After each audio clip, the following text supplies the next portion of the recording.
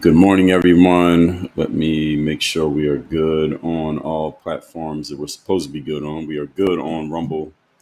Good morning. We're good on YouTube. We are good on X. Yes, we are good on Facebook page. My Facebook business page is Facebook/Work on Your Game University, by the way. Those of you who are Facebook users, we are live on LinkedIn. I can't see anything on LinkedIn, so I don't know how many people watch. I don't know if there are comments. I can't see anything. We are live on Instagram. Good morning. And we are live over on TikTok. Good morning, everybody on TikTok. Please like the stream. As y'all coming in on TikTok, please like the stream. Let me get my pinned comment over on IG. Tell me your locations as y'all coming in. Tell me your location as y'all are checking in.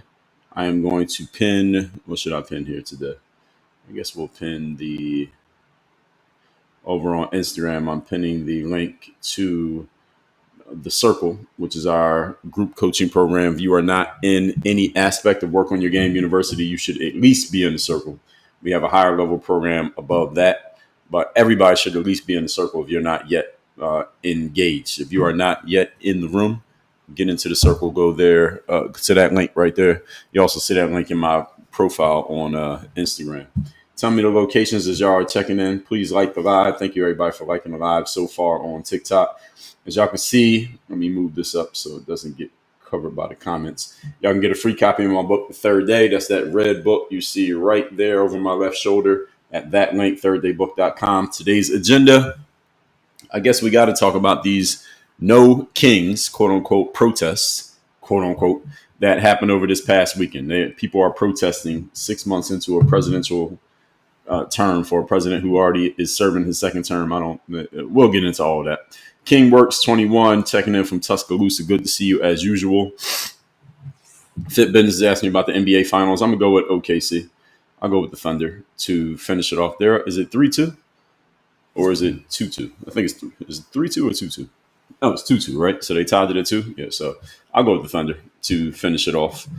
And it might take 7. It might take 6. Let's see what we got over on TikTok. Shout out to my people who are regularly jumping in on TikTok. Duck Going Buck, good morning. Thank you. Traditional All Day, good morning. Sunshine on My Pillow, good morning to you. I like that name. North Carolina, shout out to North Carolina. I got a lot of friends in Carolina, beautiful place. South Carolina is in the building. Shout out to South Carolina. Newburgh, New York is in the building. Carol Ann Collins, good to see you here. It is South Florida. I'm checking it from South Florida, and it is so humid out here. It's crazy. Actually, in my office is more crazy. I think it's called the greenhouse effect is what it's called. When you have windows open, so you get in the sunlight, and then there's some heat that comes from the sunlight, even though it's early. It's only 8 o'clock in the morning. The sun is not all the way out yet. But then if the doors are closed and the windows are open, you just get this heating effect, this humidity effect. Combine that with the fact that I work out in the mornings and I sweat during the workout. So there's still like this accumulated, heated feeling that you get from having gone through a workout. It's just so damn hot in here. I got a clock up on the wall there that keeps the temperature. It tells me it is 82 degrees in here. I don't think it's 82 degrees, but it is fucking hot.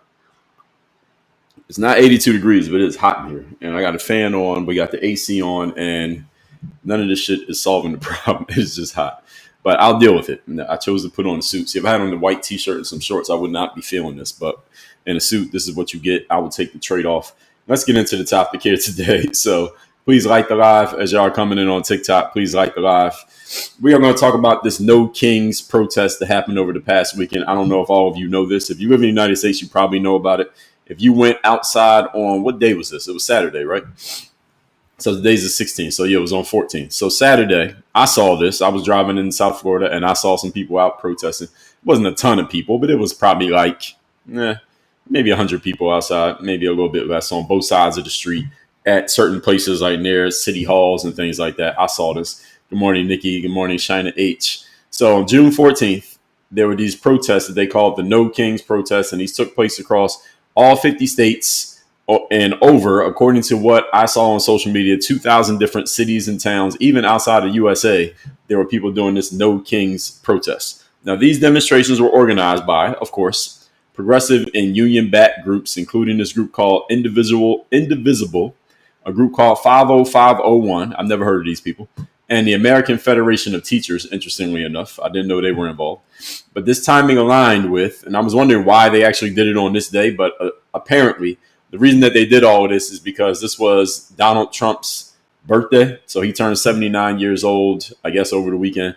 And he was having this whole parade in Washington, D.C. Some of you may have saw the clips from the parade. There was nothing super interesting that came out of the parade except people trying to ridicule it and saying, well, it wasn't that many people, or the army soldiers weren't marching properly, or as a way to give an FU to Trump silently. Some people are saying this. We'll get into that. And there was a military parade in D.C. celebrating, first of all, the 250th anniversary of the U.S. Army and celebrating Donald Trump. And what the protesters were doing, the protesters were voicing opposition to Trump's policies and specifically to Project 2025. By the way, we're going to do a whole live on Project 2025 probably this week, where we're going to talk about what did Project 2025 say back before the election, because a lot of people were saying, well, Donald Trump, Kamala Harris, look up Project 2025. That's what he's going to do. People try to use that as a scare tactic to get people, to stop people from voting for Donald Trump in the election in 2024. A problem for Kamala and all the people on the political left was that a lot of American citizens were happy with what Project 2025 said, or what they think it said, because most people didn't fucking read it. I did an entire live, 3 hours, talking about Project 2025, by the way. So I'm on the record with all of this. I did an entire live talking about Project 2025. You can find it on my YouTube channel. The link is at workonyourgame.live to all my socials. You can find it in my bio on TikTok. And you look it up on YouTube. I got more than one YouTube channel. Just look up my name and Project 2025. You'll see it, where I broke the whole thing down, what was in it. And generally speaking, and I'm going to do a whole live stream talking about Project 2025 later this week. But generally speaking, I looked through Project 2025 and looked at the things that it was claiming it was going to do, like the high level things. And I'm like, what's wrong with this? There's nothing wrong with Project 2025. I didn't have a problem with anything that was in Project 2025. I said, these are good ideas. Directionally, they're good ideas. If they'll be able to actually get these through Congress and actually create legislature to do it is a whole different story. But for them to try to do this is not necessarily a bad thing. And again, we'll talk about that on a different day. So these people who protested this past weekend, allegedly, they were protesting Project 2025, which is a conservative plan to basically restructure the federal government by giving the executive branch expanded authority. This is the part that they're protesting. If you want to believe the protesters, I always tell you all that when people do things, there's often a good reason and a real reason. So the good reason for the protesters protesting Donald Trump, this No Kings protest, is because they believe that Project 2025 is all about giving the executive branch, that's headed by the president of the United States, right now being Donald Trump, gives the executive branch expanded authority. It reduces the influence of unelected agencies, such as these mini groups that you saw Elon and Donald Trump attacking at the beginning of this administration. And removing these unelected agencies or reducing their power and increasing political control over civil service positions, which is all things that you want to talk about draining the swamp. This is pretty much part of it. When Donald Trump said draining the swamp, these are all the kind of things that he's talking about. And the only way you can drain the swamp is you have to start taking, well, there's a lot of ways you can drain the swamp, but some of the things you have to do is start taking power and authority away from people who were not elected because they just become entrenched. They're sitting there. They're not elected, which means they don't need to get reelected, which also means they cannot be beaten in an election because they weren't elected in the first place. They become so entrenched. This is how they can become part of what some people may allude to as, quote unquote, the deep state, or they can become part of what Donald Trump called the swamp. Because, again, nobody can get them out because they weren't elected in the first place. This is part of what he meant when he said draining the swamp. So, and also civil service positions having more political control. In other words, remove who I want to remove. Now, this whole No Kings slogan was intended to position Donald Trump as he's just trying to be, as you all remember, a dictator from day one, which is something that Donald Trump actually did say that phrase out of his mouth. But of course, it was taken out of context. There's a logical fallacy called contextomy. Most of you probably never heard of that logical fallacy, but contextomy basically means taking something that was said or something that happened, taking a piece of it out of context. That's what it means when you take a little piece out of a whole picture, take it out of context, and then you present just that piece as if it's the whole story. And then, because a lot of people want to believe that piece because they already don't like Donald Trump or they already want to believe whatever you're talking about, they go and run with it. And then you start combining logical fallacies. I'm going to do a whole bunch of videos. If you follow me on, well, all of you are looking at me on somewhere on social media, but I do these whiteboard videos where I'm explaining things. I like breaking down logical fallacies because most people are not familiar with the names of these fallacies, but all of you are familiar with the experience of having them used on you. So I like breaking them down. So I got a bunch of them that I'm going to break down. I got a bunch of them already written in my notes. I got like 20 of them that I'm going to break down even further. I already did like 15. I'm going to do 20 more. And I'm going to start talking about how you can combine logical fallacies. So it becomes a Donald Trump. And you could just use Donald Trump. You can find like 50 logical fallacies, just people talking about him, period, liking them or disliking them. But you start combining logical fallacies, very easy to fool people. So here's an example. They take the contextomy, take something Donald Trump said out of context, i.e., I'll be a dictator from day one. He did say that, but in context, it was a completely different point. They took that out. Then you combine that with what you call the appeal to emotion. So if someone already has a strong emotion on a certain subject, and then you tell them something or show them something that aligns with that emotion, they will not ask if that logically makes sense, if it's the truth, if it was taken out of context or not. They don't care. Because if I already emotionally align with something and then you show me something that affirms and validates that emotion, I'm not asking any questions because it makes me feel good, so I'm going to run with it.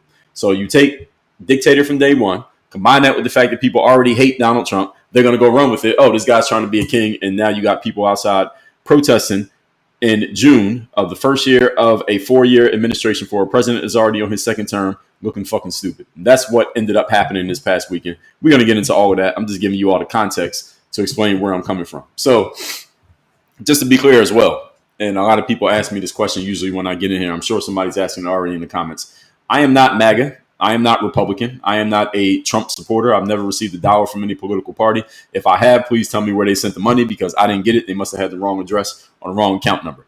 I am not saying this in support of any politician or political party. I'm saying this in support of objectivity and just rational thinking. I don't even like to use the term common sense because people throw that out when they believe something and they think other people should know it. Let's just say rational thinking and objectivity. And when I get into my points, you'll understand what I mean by that. But let me just set that frame.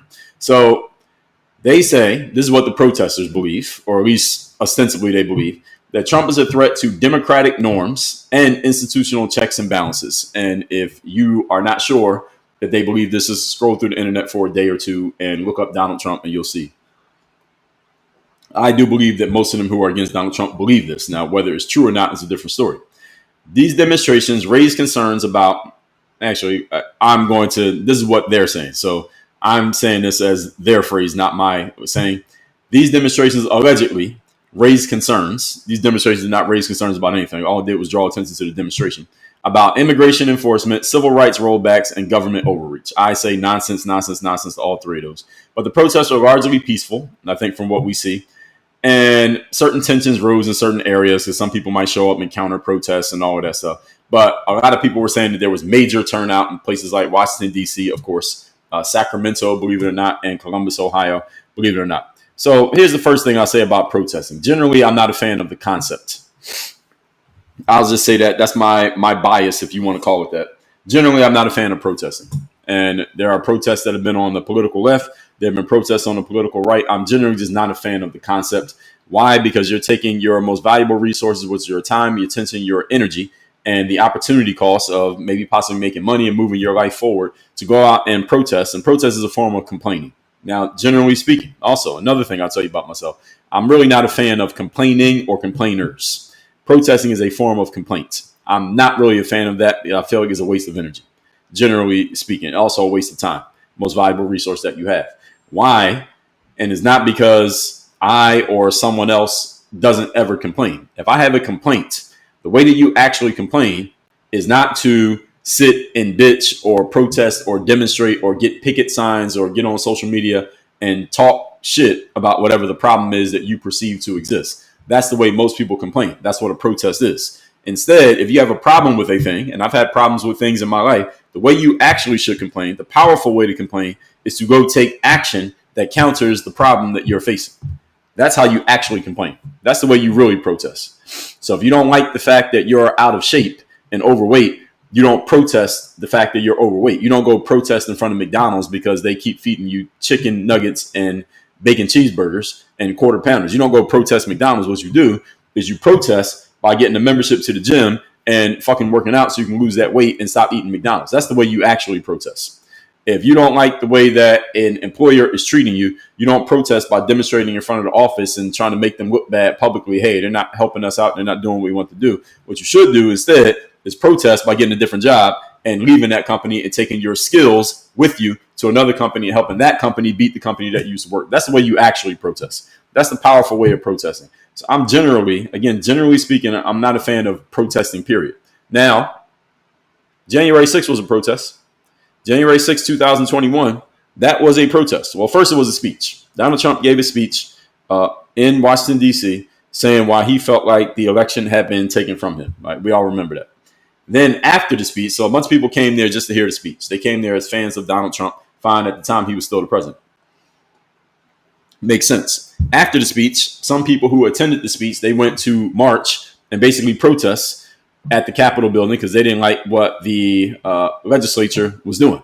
Now, they went further and they started taking action. Now, we know the whole story of what happened January 6th and these people going to jail, et cetera, et cetera. If you're going to protest, personally, again, don't aggregate me on this. Personally, if you're going to protest, then that's more kind of the way to do it. You actually do something, not just stand there talking shit and bitching. They actually took action. Now, again, I'm not saying you should do it because technically they were trespassing because there were barriers there. You broke the barrier. Technically, you broke the law. Now, what they got as penalty was a little bit extra. Not a little bit extra, a lot extra, which is why I was completely okay with Donald Trump pardoning those people. However, if you're going to protest, at least fucking do something. All right, take some action. All right, just standing around chanting and talking and getting pictures on social media is a waste of time as far as I'm concerned when it comes to protesting. But with all that said, let's talk about what happened here. I'm going to give you the pros and cons. I try to argue both sides of everything and at least see both sides. And let's see what we think about this. And I'm going to take questions and comments at the end, by the way. Please continue liking the live. Thank you to my moderators over on TikTok telling people to like the live. Let's get up to 30,000 likes, please.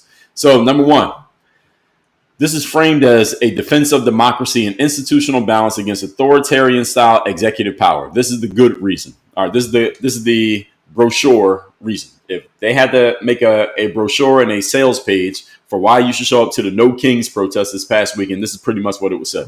Let me say it again. This is a defense of democracy. So Donald Trump is attacking democracy. He's going to destroy democracy. How many times have you heard that over the last 4 years? And we got to create balance. And we got to make sure that the system of checks and balances is being upheld. And Donald Trump can't just do what he wants to do. How many times have you heard that?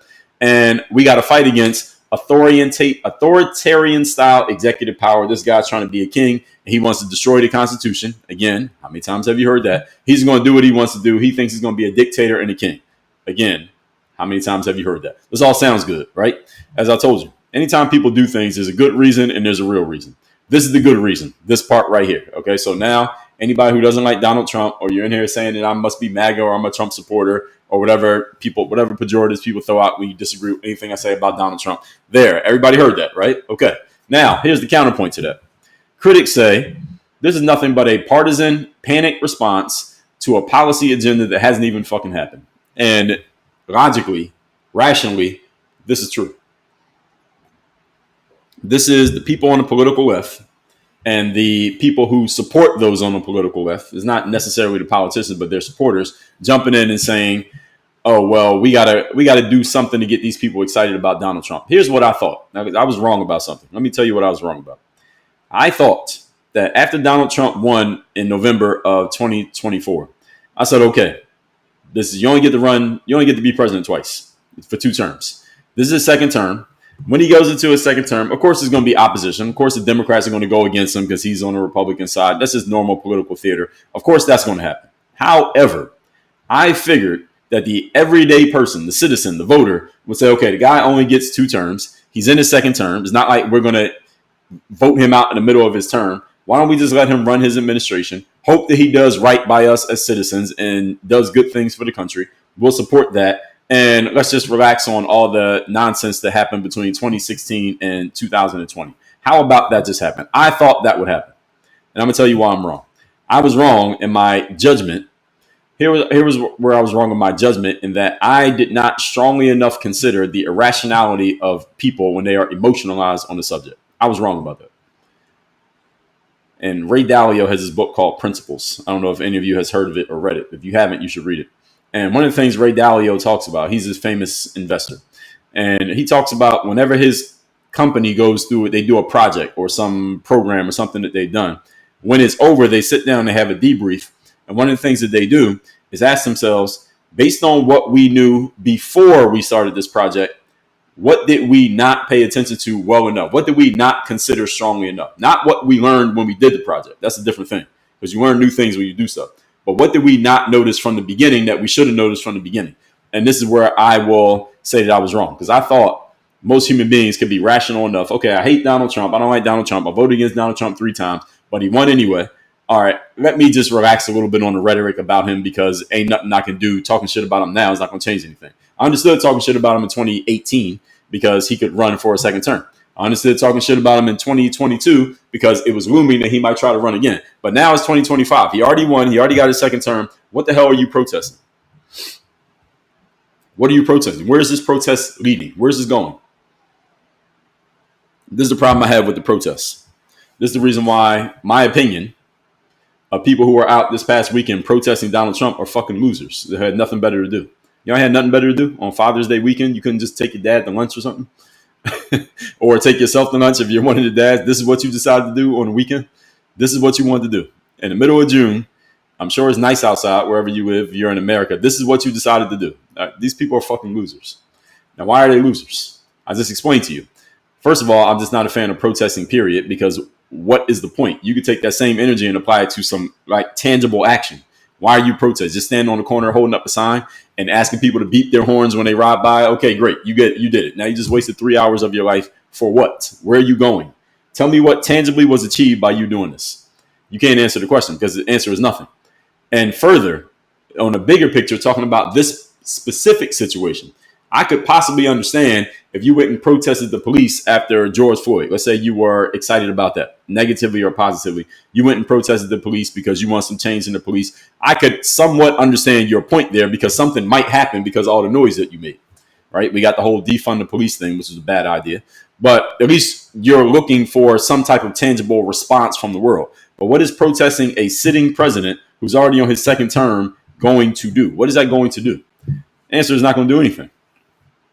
And on top of this, being that he's already in his second term, being that it just started, he's only 6 months in, he got 3.5 years to go.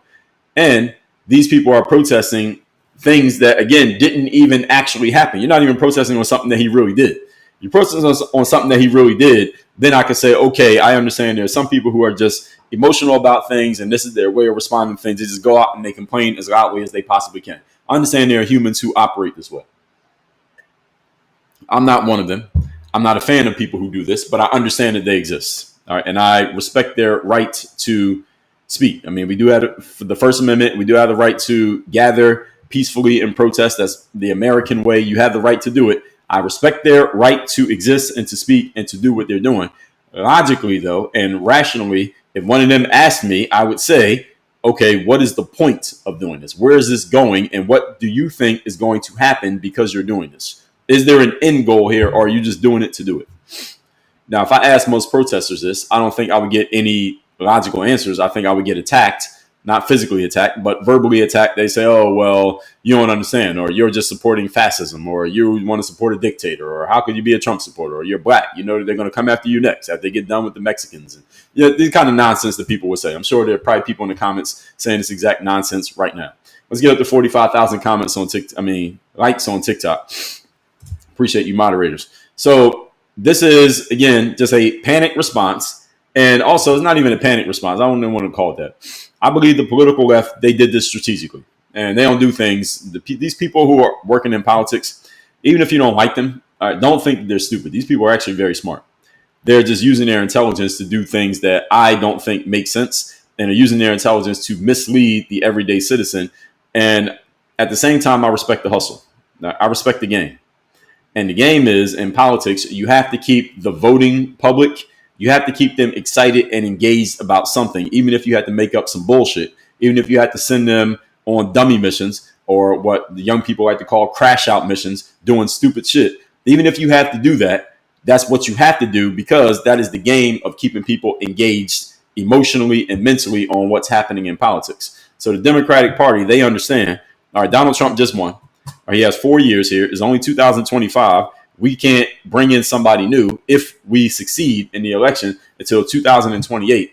What do we do to keep our voting bloc excited and engaged on our behalf between now and 2028, or at least halfway 2026? But not nearly as many people vote in the midterm elections as vote in the general election. So how do we keep these people engaged?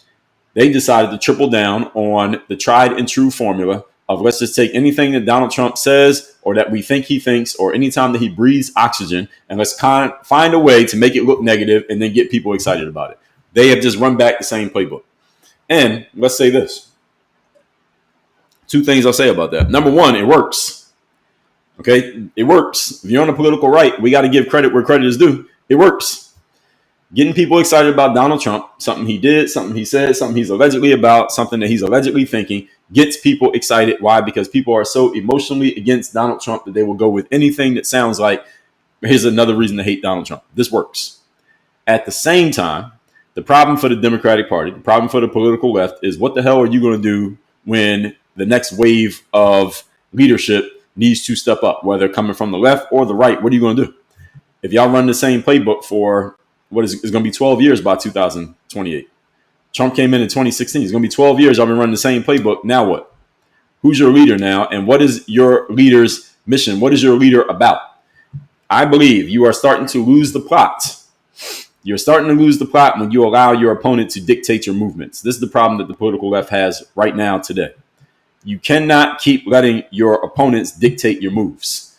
You had to dictate the pace. You can sometimes respond to your opponent, but your whole game can't be, all right, they do something, I'll just do something as soon as they do something. At some point, you got to do something. The political left's whole move is, okay, let's just wait till Donald Trump does or says something, and then we'll attack that. And again, it works. It gets people excited. The problem is Donald Trump's going to be going in 2028, and people on the political left, all the fans, are going to say, okay, y'all kept us engaged for 12 years talking about Donald Trump, but now he's gone. Now, what are we about now? What are we excited about now? What's the move now? What's the mission now? Who's the leader now? Right now, in 2025, the political left does not have an answer to this question. None of those questions. What's the move? What's the mission? Who's our leader? What are we doing next? The political left has no answers to any of these 4 questions. Why? Because they spent the last 12, well, right now, 10 years, 9 years, but it's going to be 12 years. They spent the last 9 years, which will be 12 years, just talking about this guy, but he's going to be gone. Now, who are you? If everything about you is based on him, it, or they, who are you? Who's going to be the leader of the political party, the Democratic Party, in 2028? And what's their foundation? What's their plan? What are they about? So right now it's looking like Newsom, right? Gavin Newsom from California. He's looking the most powerful person, or maybe Buttigieg, or Kamala's been kind of quiet. I've seen Kamala. She was in Australia doing a speaking gig because they can't book her for one in America, so she had to go to Australia to get the money. All right, do what you got to do. All right, keep getting them checks, Kamala. But who's the leader in the political left right now? Who is it? And what's their foundation? What are they about? Gavin Newsom's foundation is attacking Donald Trump. All right, this is a problem. Now, this is a problem. If you're on the political left, this is a problem that needs to be solved. I know it's only 2025. Y'all got to solve this problem. That's a problem. What are you about? Because whoever comes next after Trump, let's assume is J.D. Vance, current vice president, and he comes next, he can just continue the MAGA thing. It's not a Trump thing, it's just a MAGA thing. MAGA has become its own entity, and J.D. Vance can carry that forward. J.D. Vance is articulate enough, and he's learning at the feet of Donald Trump right now as VP. He can keep that going. What's the Democrats got? What they got? And who is going to carry the torch? Who is it? Anyway, I'm just going to let that question sit. Let's continue. So this is drawing. This is what the people who were at the No Kings protest or co-signed the protest, they say this is a historical parallel to America's founding principle of rejecting monarchical control. In other words, we don't want a monarch. We don't want a king. I mean, we had a revolution here in America in 1776 in order to make sure that we're not controlled by a king and that we have a democratic process. Again, good reason versus the real reason. This is a good reason. This sounds good. If you are writing a brochure or you need to make a website or you need to sell this idea as a general point to the general public, this is something that you would say. We are fighting against monarchical control, and Donald Trump's trying to be a monarch, and we're going to fight against him. We're going to defend our democracy. Donald Trump's trying to destroy democracy and destroy the Constitution and be a dictator from day one. Again, Hillary Clinton said this. Joe Biden said it. Kamala Harris said it. Everybody else said it. 2 out of 3 times it didn't work. And depending on who you ask, maybe it didn't work all 3 times, but we're not going to get into that here today. Not trying to get banned on TikTok. And they've been saying this for 10 years. Y'all got to come up with something better, political left. They got to come up with something better. This is all you got? Oh, he's trying to be a monarch. He's trying to be a king. He's trying to be a dictator. Okay, we know. All right, he already won the election 7 months ago. Y'all still on this? You just didn't win doing this, and you're still on it. I don't understand this. I don't understand this from the political left. What are you doing? Strategically, what are you doing? It can't just keep being about him every day. Y'all got to come up with something that actually you are about, not what he is about. Everything Democrat Party is about right now, every single one of them. Who are your biggest leaders in the Democratic Party with the biggest voices? You got AOC, you got Bernie Sanders, you got Jasmine Crockett, I guess. You got Gavin Newsom, and maybe every now and then Kamala Harris pops up. Every single time one of these mofos pop up, what are they talking about? Donald Trump. This is a problem. Your whole game can't be about your opponent. At some point, you got to be about something. How often you hear Donald Trump talk about one of these people? He only talks about them to ridicule them, and then he reemphasizes his point. He has all the initiative on his side. And Donald Trump's very good at this. He's been doing it ever since he got into politics. He's got all of them. Everything they do is about responding to him. This is again, I don't know how many times I got to say it. This is a problem.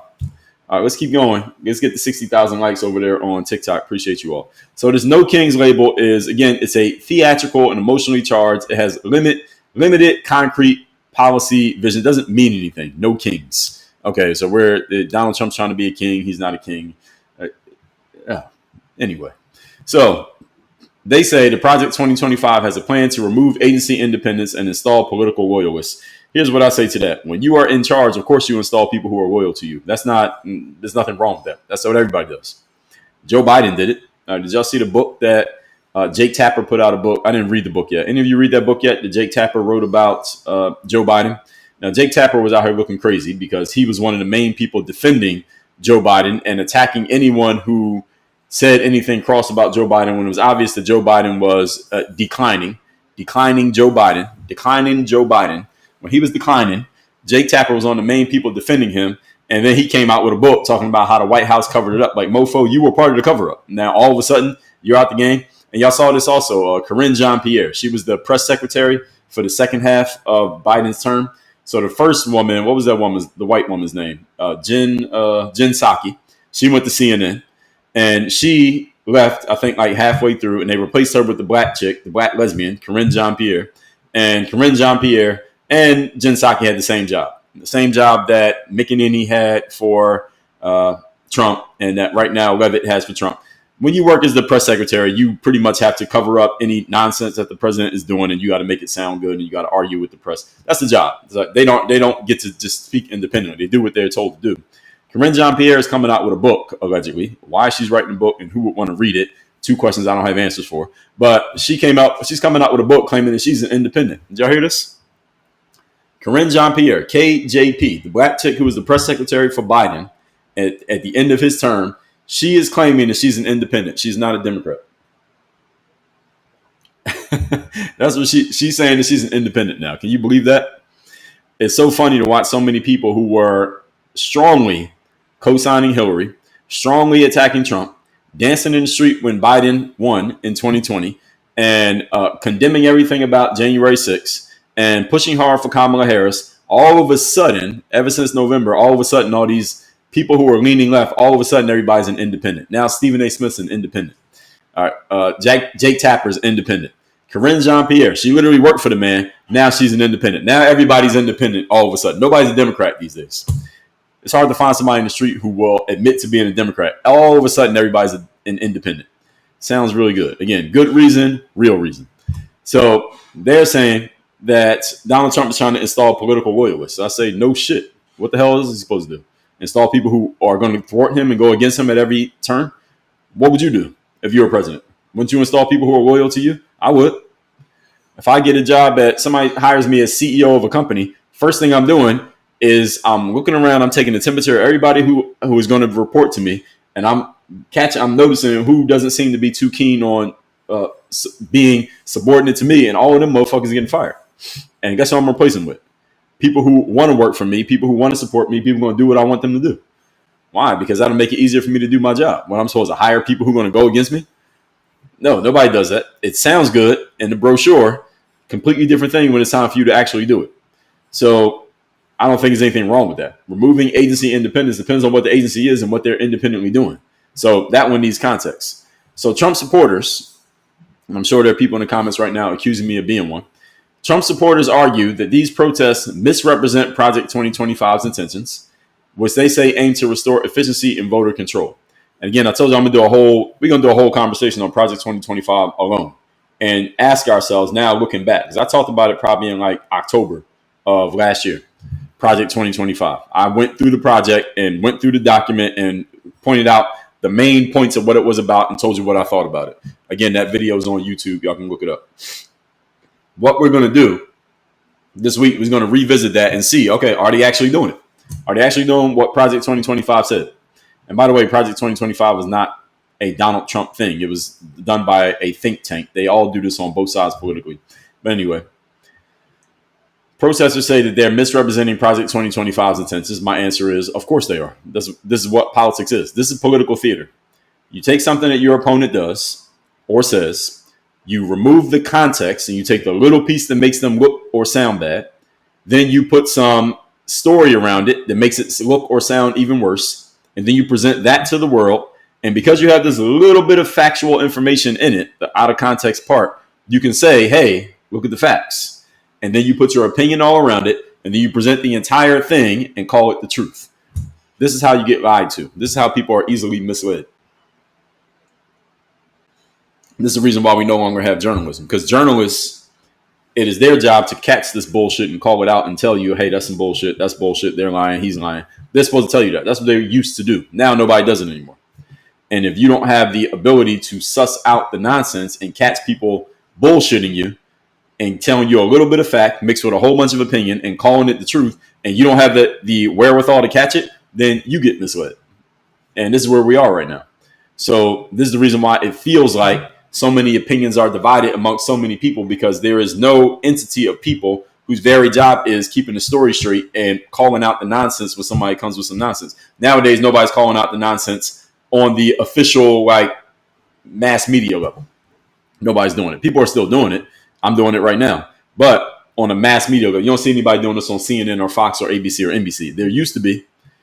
You don't see people doing this in the New York Times or USA Today or Washington Post or the LA Times. There used to be, but they don't do that anymore. They still have jobs. It's just that their job started leaning to one side or the other side, and now they got to do what their job tells them to do. Because if you don't do what the job the boss tells you to do, well, you know what happens. You get fired. This is what's happened. And this all happened when Donald Trump got involved. It was already starting to happen before Trump, but it went full speed ahead when Donald Trump got involved. So this is the problem. So any of you who feels like, I don't know who to trust, I don't know who to listen to, I don't know where to get my information from, I understand you. You're right. You don't know. And the only way you're going to find out is that you got to go looking around and finding individuals who are independent and have no dog in the race who are allowed to tell you the truth. Objectivity does not sell as well as something that leans to one direction or leans to another direction. If I wanted to have 10 times more fans, I could just pick a political side and just go as hard as I can just for that side and make the other side look bad. I have the verbal ability to do it, but I'd rather tell people the truth and let you decide for yourself what you want to think. Or at least break it down, parse it in the way that I see it. Because some of you may be listening to what I'm saying and not agree with the way that I'm contextualizing it. But I'm trying to give you as objective a look as I can while at the same time mixing in my opinions. But I'm telling you when I'm giving you my opinion. I'm not trying to fool you and say, well, this is absolutely the truth when I'm mixing my personal feelings and opinions and views in with it. I'm telling you both. And what happens is a lot of people who like to call themselves journalists, disrespecting the title by calling themselves that because they're not journalists, they are unwilling to tell you when they're mixing their opinion in with facts. And that's how you know they're not journalists. Because journalists will tell you that. All right, here's my opinion, here's the fact, and here's my interpretation of everything, mixed in with who I am as a person. It's okay for a journalist to do that as long as you're honest, but they're not honest anymore. And this is the reason why a lot of you have no idea where to get your information because of this. 20 years ago, we didn't have this problem. And 20 years from now, this problem is going to be worse, by the way, because the ability to create information out of nowhere with artificial intelligence is only going to get better. So if you're misinformed now, quote unquote, misinformed, whatever you think that means, you're going to be even more misinformed in the future if you don't make your adjustments. That's why I'm explaining this to all of you. So Project 2025's intentions, again, there's a lot of different ways you can interpret it. Look out for the live coming on that subject alone. These demonstrations were widespread and generally peaceful, suggesting legitimate grassroots momentum across the country. Let's just take that one. Again, this is another brochure statement. The demonstrations were widespread and peaceful, and it suggests there's a legitimate grassroots momentum across the country. My response to that is, are you fucking kidding me? All right, this is 2016 all over again. It's 2017, 18, 19, 20, 21, 22, 23, and 24 all over again. Oh, wow. Look at all these people going against Donald Trump. Look at all these people showing up to Bernie Sanders' oligarch speech tour. Look at all these people who are there for the vibes for Kamala Harris. Look at all these people who are showing up to a Kamala or Hillary Clinton event. Look at all these people walking around with the I'm with her signs. Remember, I'm with her for the Hillary Clinton thing? Look at all these people who are ready to go against Donald Trump and vote in Joe Biden. Look at all these vibes that Kamala has. Look at the size of these crowds. There's something momentum.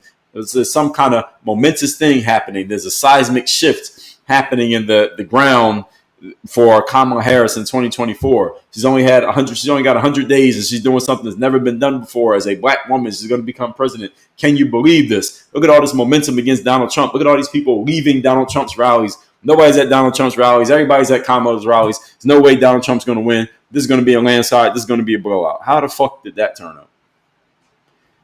We've heard this before, folks. Now, we've seen this movie before. That all of a sudden there's some grassroots momentum across the country. Momentum to do what? He already won twice. He's not running for president again. Momentum for what? Where is this going? Where's this momentum going? And understand, this movement here is not the Democratic Party is about ABC and we're trying to get some momentum going in that direction. No, this whole thing is about Donald Trump. So I saw somebody say this on X the other day. I think it was yesterday. And this guy, let me see if I can find it. So this guy, I believe it was a black guy, but it doesn't matter. He said, let me see if I can find this stupid shit that this guy said. He said, where am I? Let me see if I can find this post because it perfectly encapsulates what I'm talking about here. No, not that. Not that. Not that. It was a guy talking about, no, not this. Oh, here's one. This guy named Willie Ross. He's a consistent race hustler. He says, he posted this. He said, we just witnessed the largest protest against the president in U.S. history. This is what Willie Ross posted. It's like a meme post right here. And I said, the largest protest against the president happens on election day. And so, no, that was not a protest.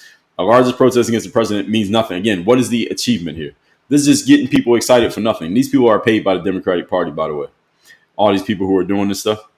And let me find it where this guy said this because it was really dumb what he said. But I want to find, no, not that, not that.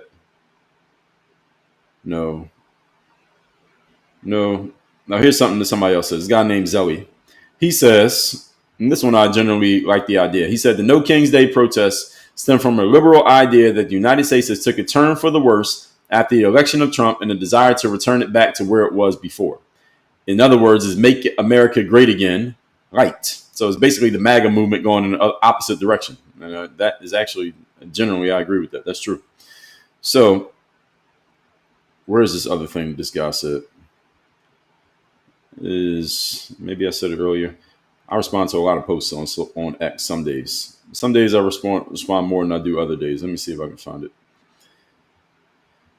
No, not that. Not that. No, not that. All right, I'll find it in a second. But anyway, I'll paraphrase what it was. So what this guy was saying was that all of this protest against Donald Trump compared to his military parade and compared to his birthday celebration, the birthday celebration military parade, of course, on social media, it makes it seem like nobody showed up for that. But then everybody showed up for the No Kings protest. And this guy said, well, it makes Donald Trump look small and ineffective. And I said, that's nonsense.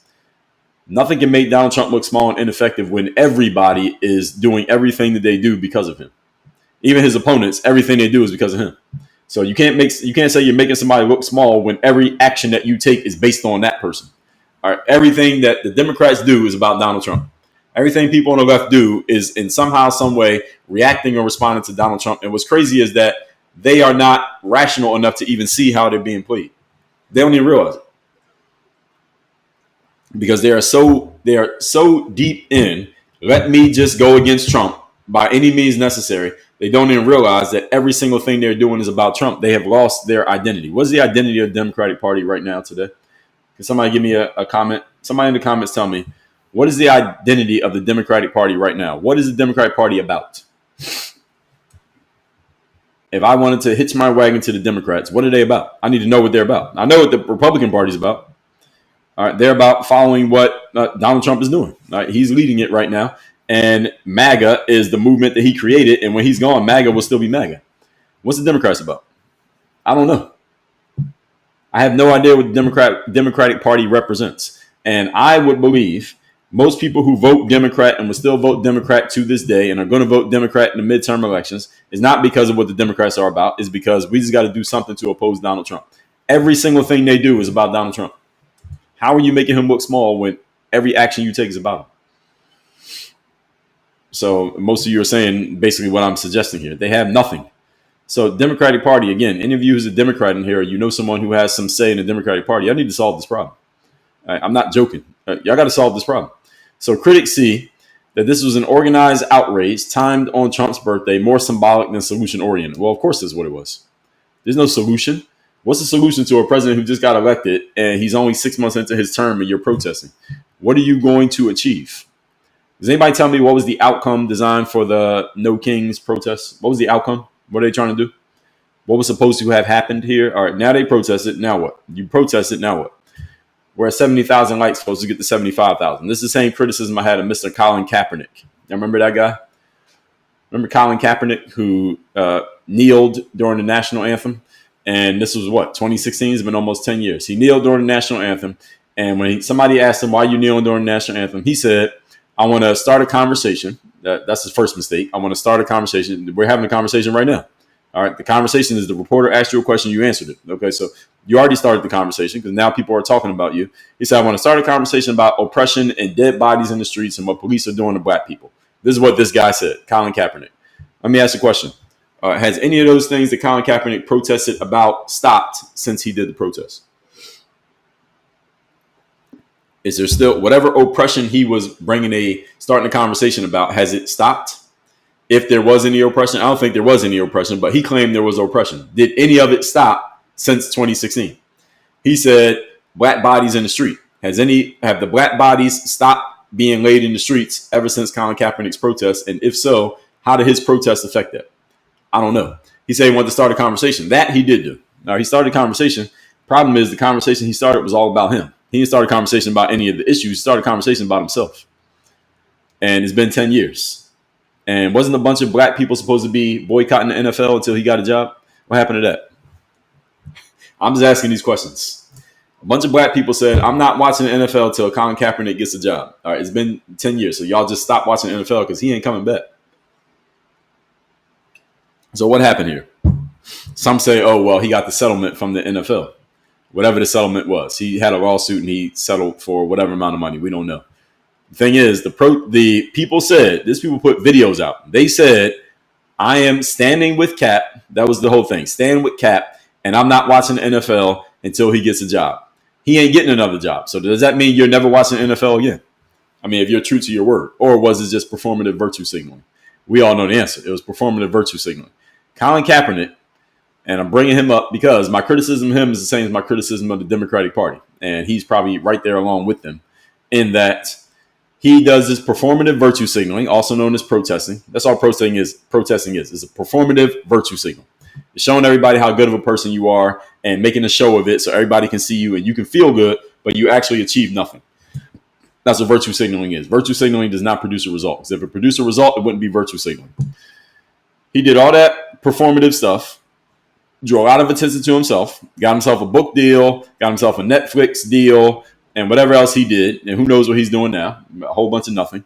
Allegedly still working out to come back to the NFL. Jokes.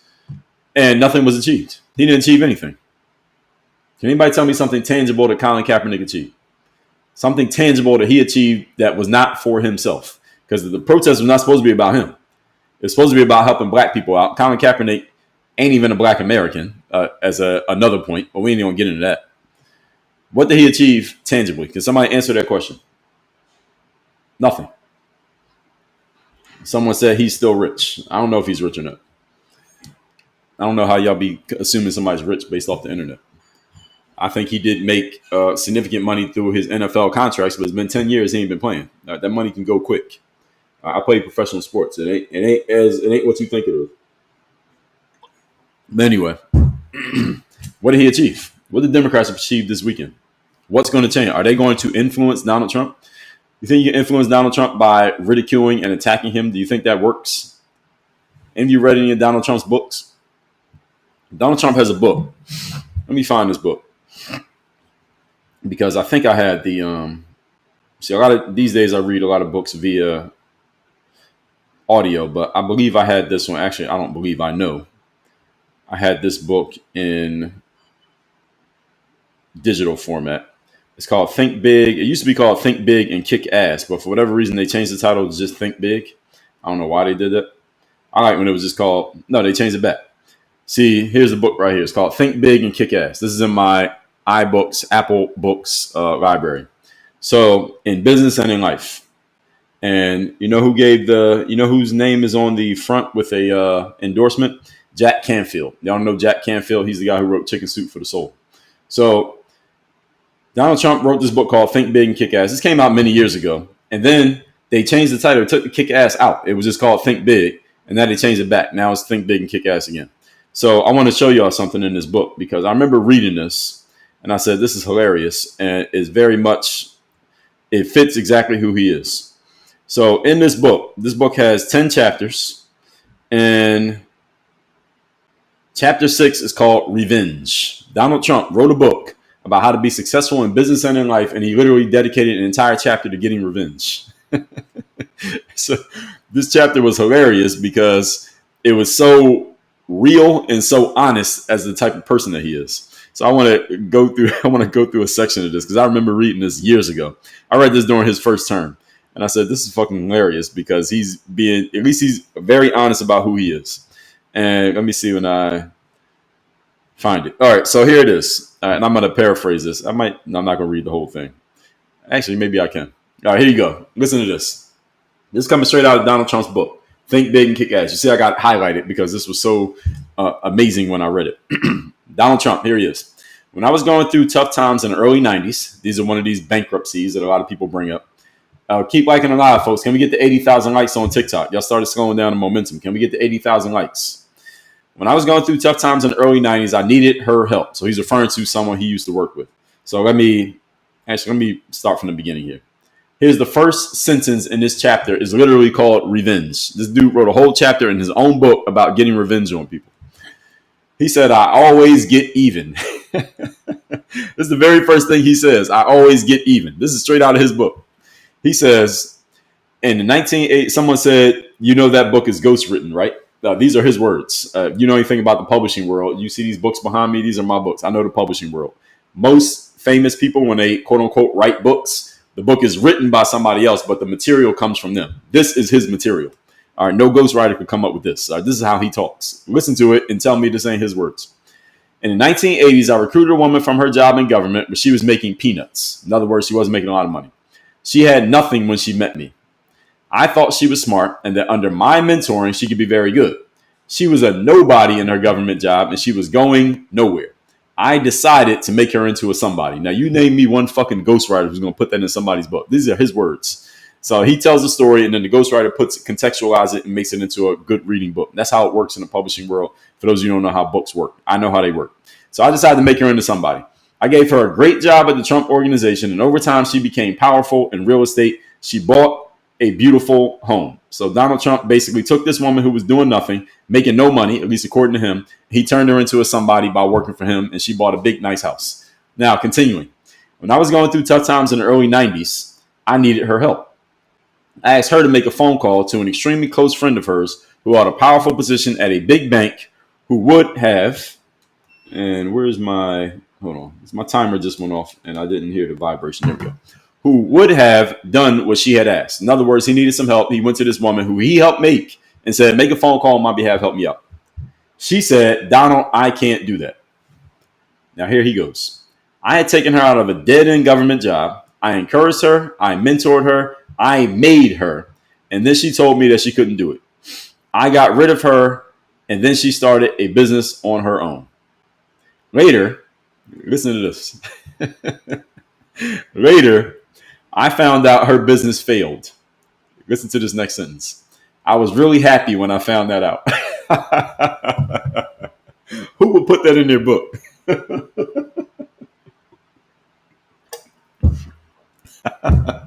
So he helped this woman get rich, allegedly.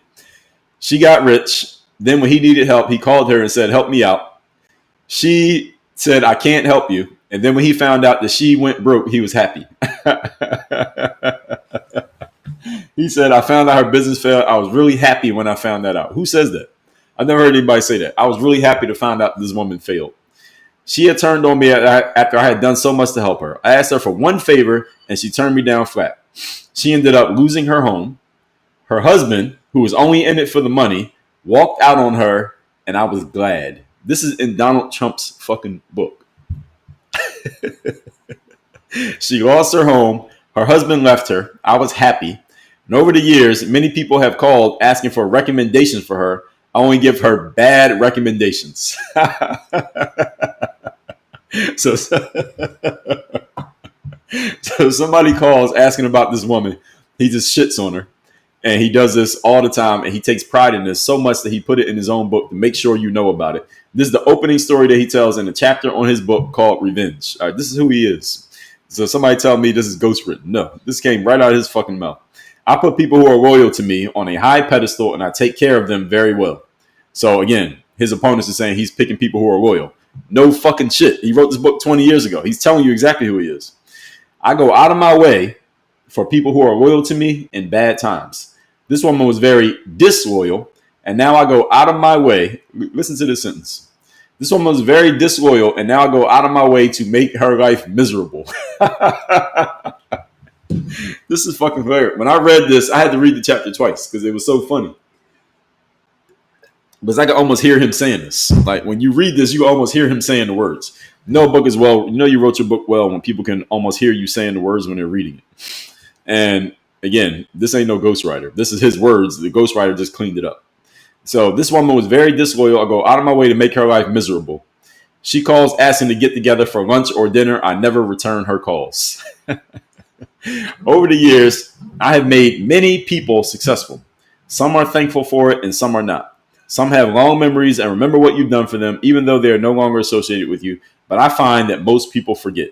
So Donald Trump has a very rough way of looking at life, that he helps people out, but he's found that a lot of people don't show gratitude to him for helping him out. And he's right.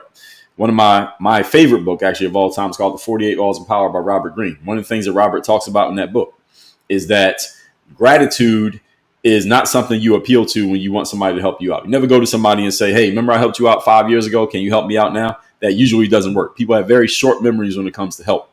But when it comes to revenge, people have very long memories. If you have somebody you hate or that you're mad at because something they did wrong to you, you'll remember that shit for 20 years. But if somebody does something good for you, you might forget about that in 20 minutes. Donald Trump very much understands this in a very raw way, and he puts it right there in his book. It's a very Machiavellian way of looking at life, and he pretty much embodies it.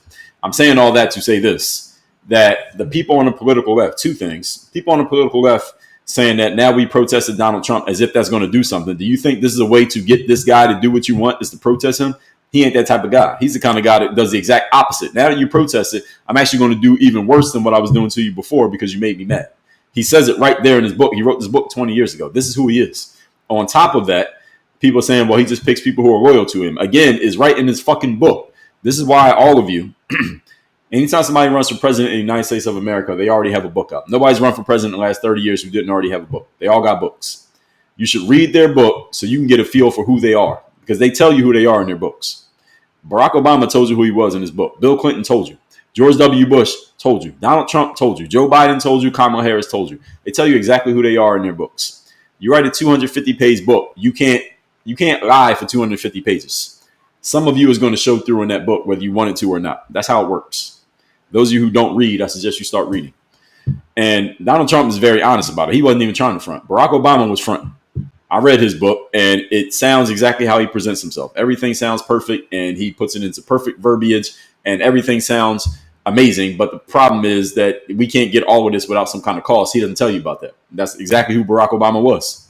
That's exactly who he was. Donald Trump is a little bit different approach, but they're both getting their point across. And you go against this guy, he's going to get you back. And anybody not notice? Now, this is what he does. So all of this stuff. Last thing I'll say here is that many conservatives argue that the real overreach came from prior administrations, that Trump's approach is a correction, not an escalation. That I generally agree with. And the thing is, Donald Trump doesn't make a big show of saying that, even though it's true. He doesn't make a big show of saying it because he's not the typical politician. Most politicians will make sure they tell you that every single time they do something. Hey, everybody, I understand you may not like exactly what I'm doing here, but remember, I'm only doing this because the previous administration kind of messed it up and I got to kind of fix it. He says it. He alludes to it. Every now and then he'll bring it up. But generally, he doesn't give a fuck. He doesn't say that because he doesn't feel like he needs to appease people with his behavior. And again, this ain't news. I'm not telling you something that you shouldn't, already know about Donald Trump. You should already know this. He's been this guy in the public eye for 40 years. How did you not know this? If this is news to any of you in 2025, where the hell have you been for the last, what have you been doing? You don't watch TV? Y'all had the internet? This is who he's been.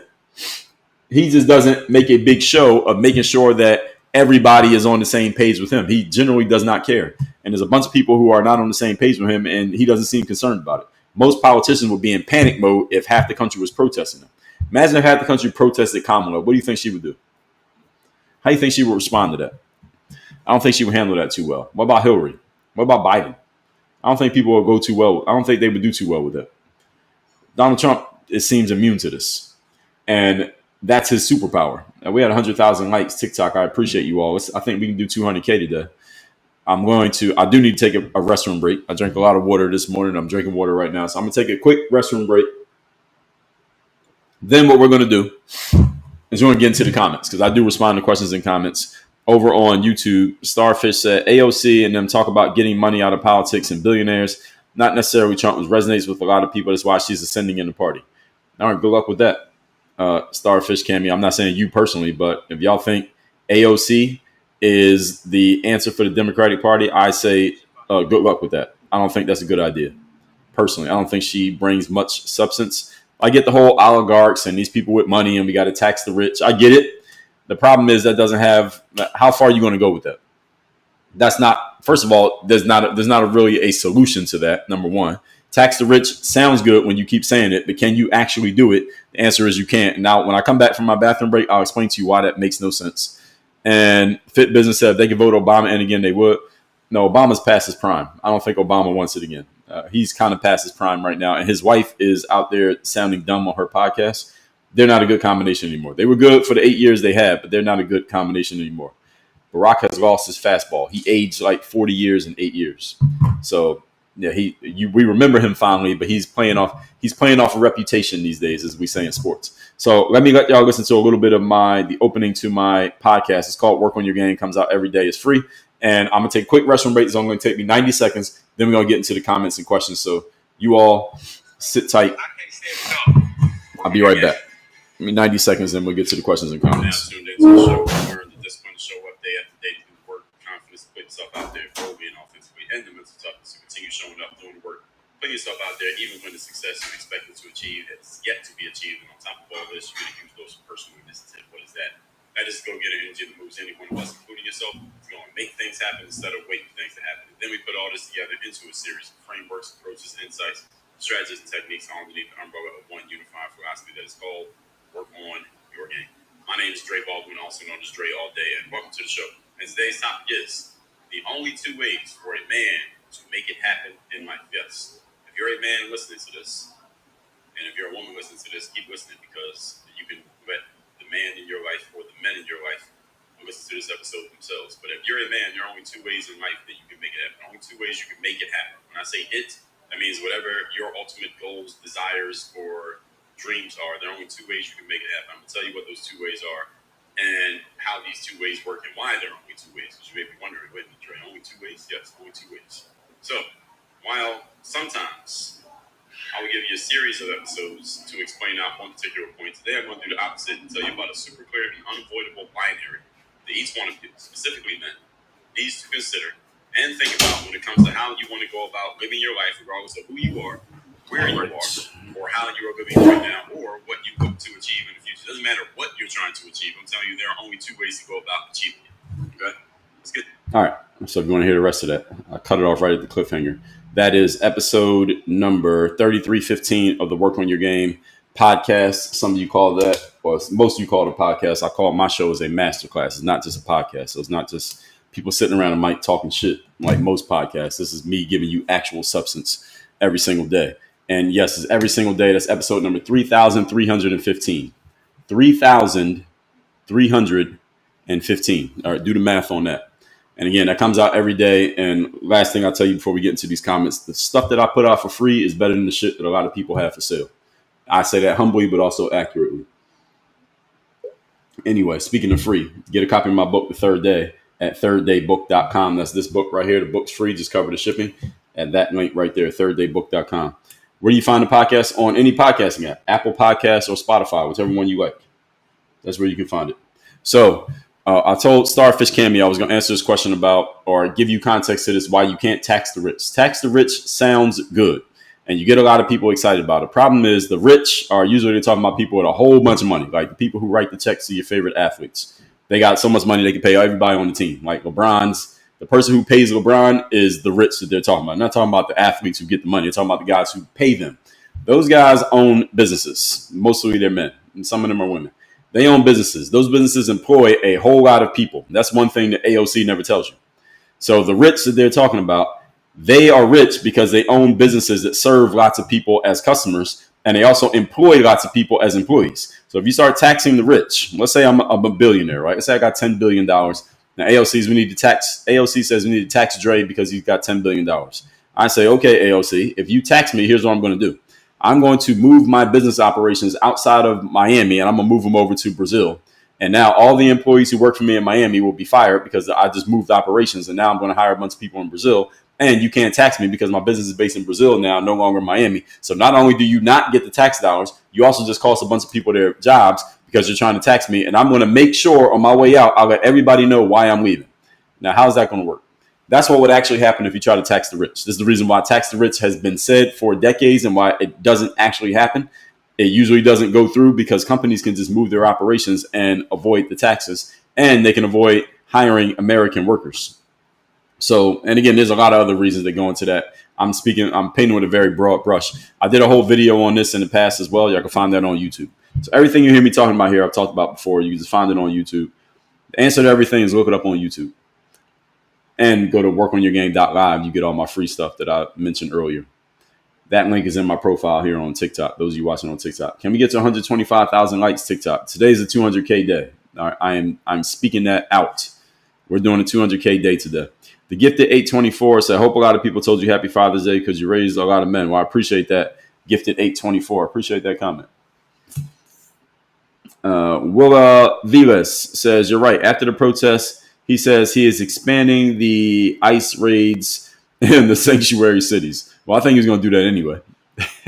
But I get it. King Work says, what's the book about Donald Trump you were reading from and where can you purchase it from? The book is called Think Big and Kick Ass. And King Works, you get the book anywhere books are sold. I mean, Amazon. I was reading from the digital version. I tend to read digital books, but I read a lot of physical books as well. I got a bunch of them down here. One that I'm reading right now is The Promise of Bitcoin by Bobby Lee.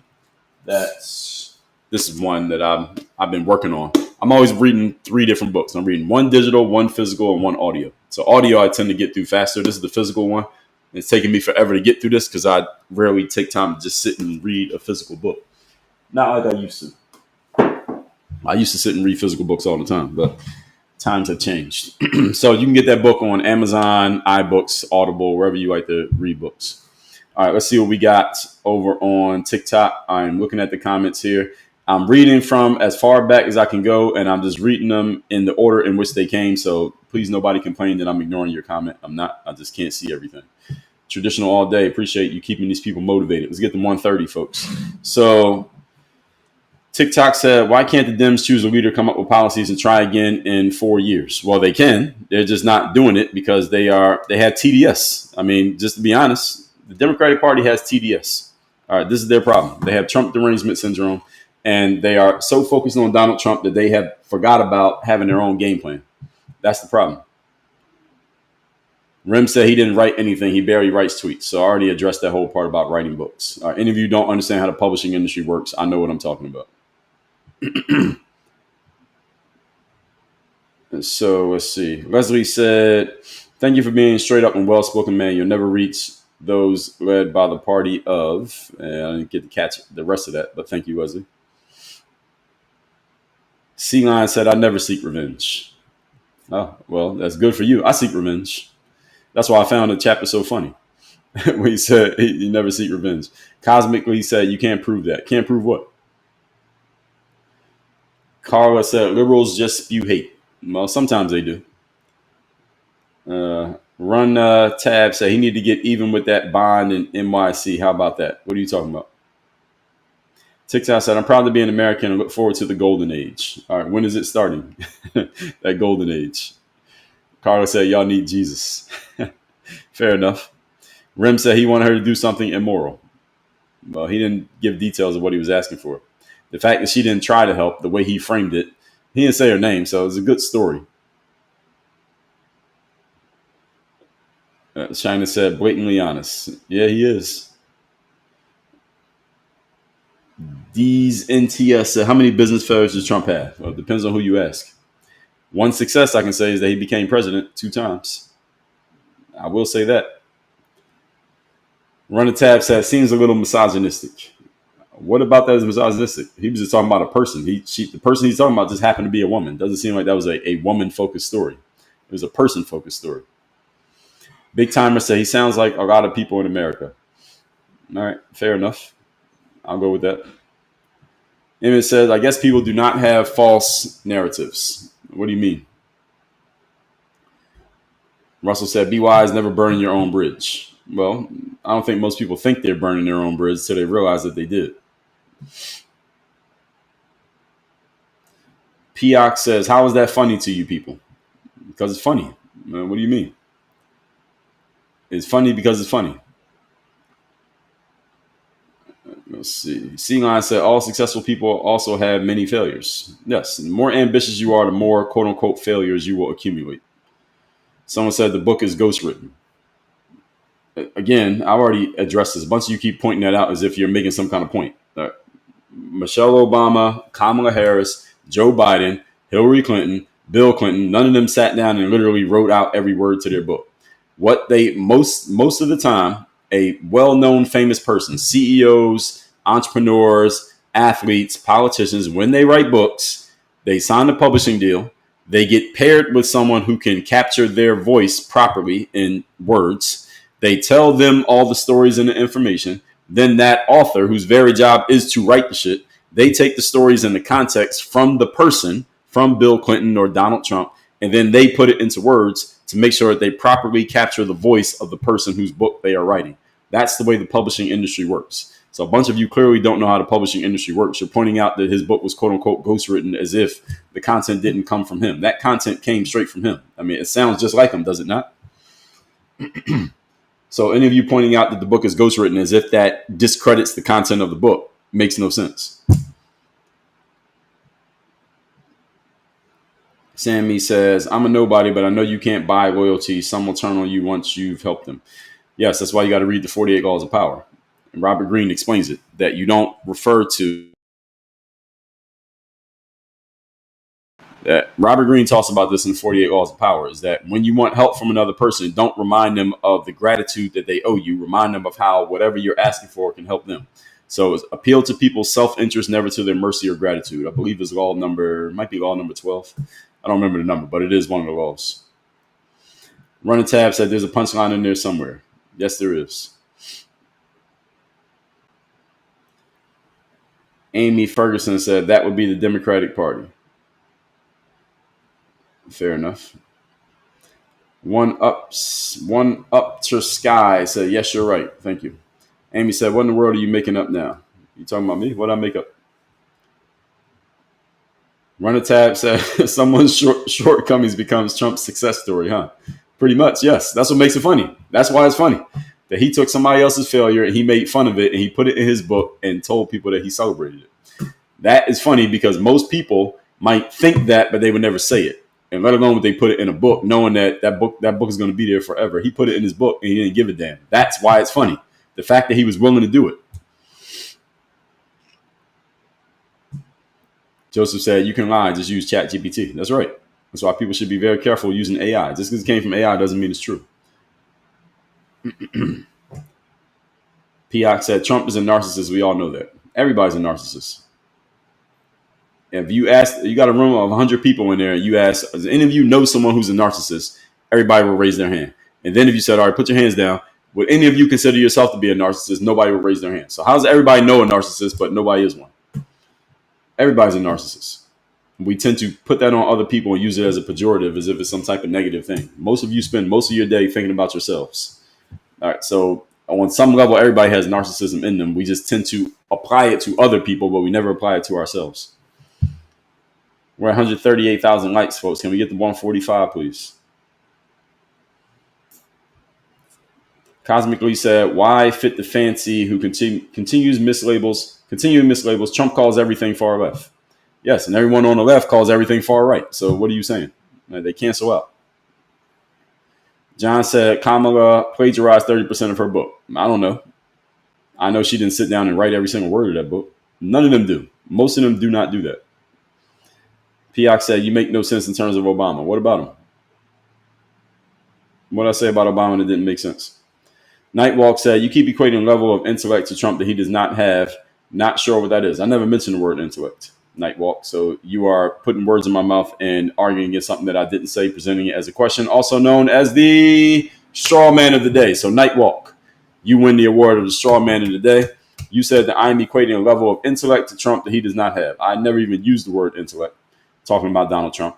Donald Trump is very good at communicating and getting his point across and influencing an audience, which he is, which is how he's won 3 Republican nominations and because he's won 2 elections. You can't do that without being very strong in terms of influence and persuasion, which he is. Now, if you want to say that also requires intellect, I believe that it does. Now, you may not want to call Trump intellectual because you don't like his style, but a style does not necessarily make you intellectual. Intellect is based in your ability to absorb things, know what you're looking for, to absorb them properly, and to apply them. Donald Trump has that. And again, he may be applying it in a way with which you disagree. That doesn't mean he doesn't have intellect. And you're saying that he doesn't have it. And again, what about him makes him not have intellect? Just because you don't like him? Because you're not a fan? Because you don't like his approach? All of those things require, again, to influence millions of people to follow you requires some level of cognition and thinking. And even if you think all his supporters are stupid, and a lot of people say that, well, the uneducated, only people who support Trump are uneducated. Okay. To get your point across to people who are maybe not as smart as you requires a level of skill because you got to be able to speak on their level.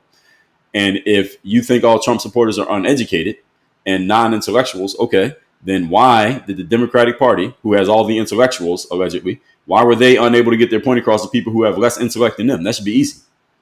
Shouldn't it be easy to beat somebody who has less intellect than you if all you got to do is get your point across to them? That should be easy. If you're smarter than somebody, it's easy to get your point across to them. The problem is getting your point across to people who don't understand things at your level is a skill. That's not easy. Any of you ever done public speaking? You go speak to an audience of adults, you can be boring as fuck. They'll sit there and listen to you and clap when you're done. You go speak to an audience of fourth graders. If you're boring, they will show you how boring you are within 5 minutes of the speech. It's not easy to talk to people who don't know what you know, because if you can't get on their level, your point will go right over their heads and they won't follow what you want them to do. So Donald Trump, if you believe that most of his audience are people who are just not intellectual or not very intelligent or quote unquote educated, then ask yourself, why is he so good at getting across to them? Because he's able to get them to see his point very well. But again, if everybody on the political left is really smart and really educated, why did they fail to do the same thing? Why can't they do it? If you're smarter than me, you should be able to get all your knowledge into my head because I need it, because you're smarter than me. Why are people unable to do what Donald Trump did? It's because it takes skill to do that. Getting your point across to people who know less than you is a skill. It's not something that you just can do just because. Cosmically said he's genuinely vain. You mean V-A-I-N. You spelled vain wrong. But okay, so let's just say that that's true. My answer is so. Karina said people have short attention spans. They depend on their favorite news channel to deliver accurately. Well, I don't know about the accurate part, but the rest of it I agree with. Pioc said Kamala will handle it well. You don't make any sense. Okay, well, that's your opinion, but we'll never know because Kamala will never be president. So good news is we'll never have to worry about that.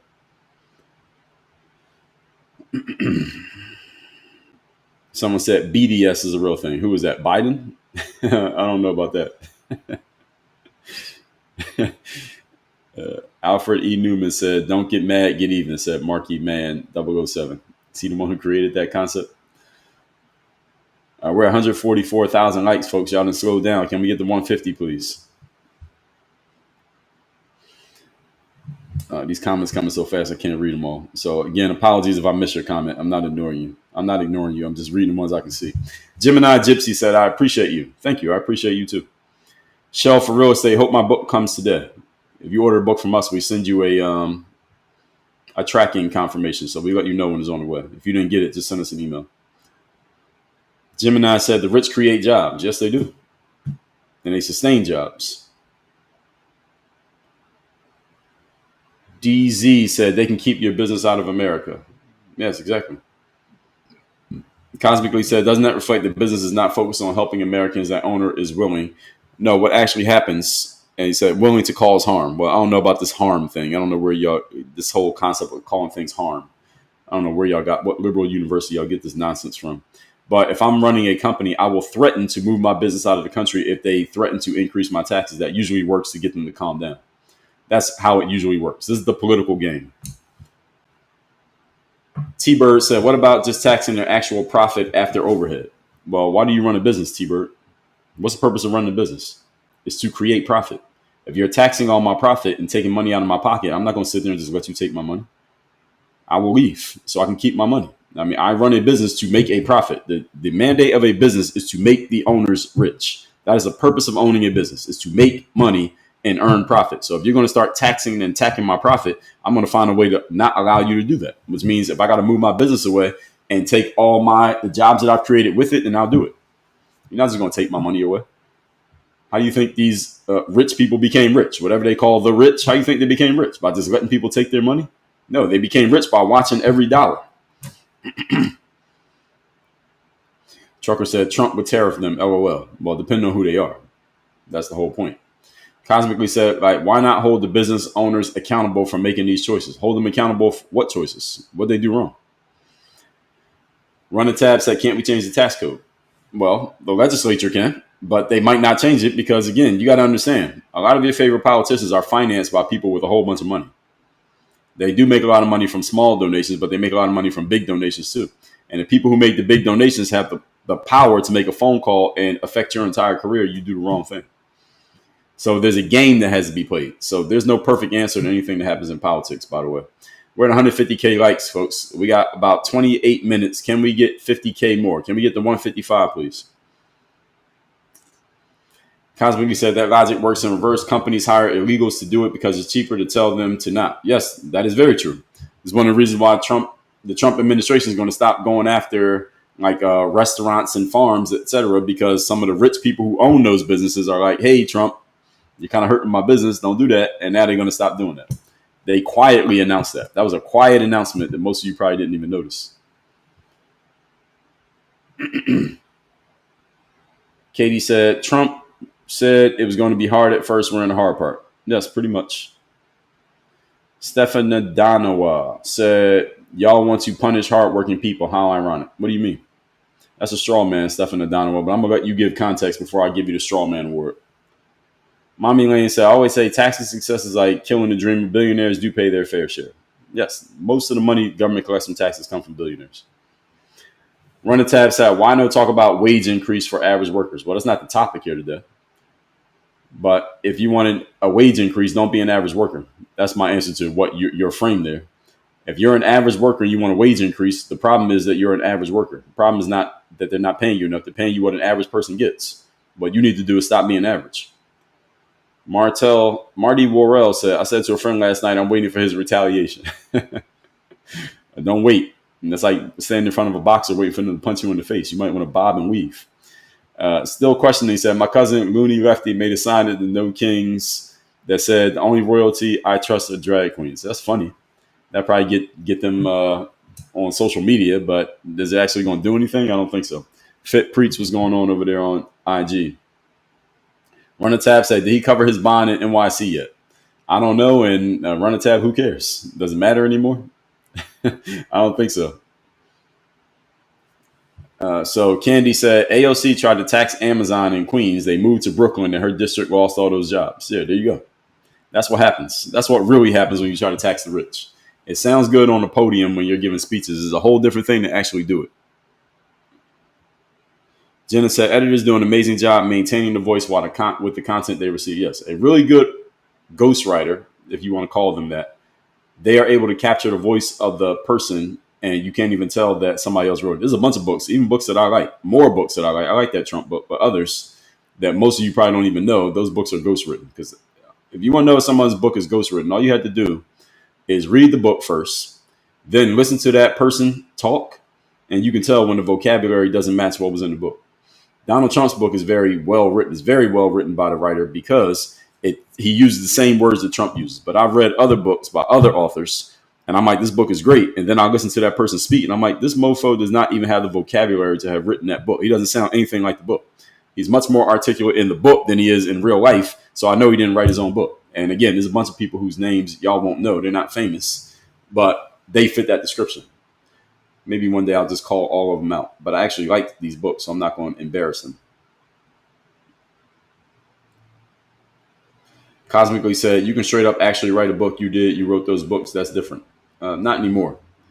Cosmically Poor, about 25 years ago, that was a thing. These days, it doesn't matter anymore. It's always been a thing to have somebody else write a book for you. Famous, super famous people have always done this. But these days, you can write a book with AI. Any of you can, quote unquote, write a book. All you got to do is put your name on it. It's yours.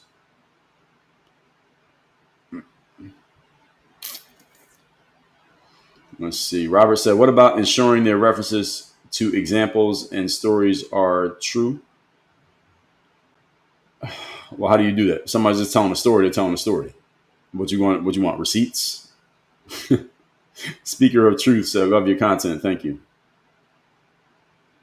King Ali said, the real reason Diddy is getting charged is not him personally, it's his businesses. No, I think it's the exact opposite. I think Diddy's going to beat his case. As of today, I think he's going to beat his case. Fryer, good morning. Appreciate you from Canada. Shout out to Canada. Fryer said, everyone's a narcissist in some way. Nice ones are the ones who are humble enough to control it. Pretty much. That's right. Samony said, Trump doesn't act on feelings. He acts on strength. That's why he can get his messages out. I think everybody acts on different ones at different times. Run Tab said, not a favorable quality for public servants. According to who?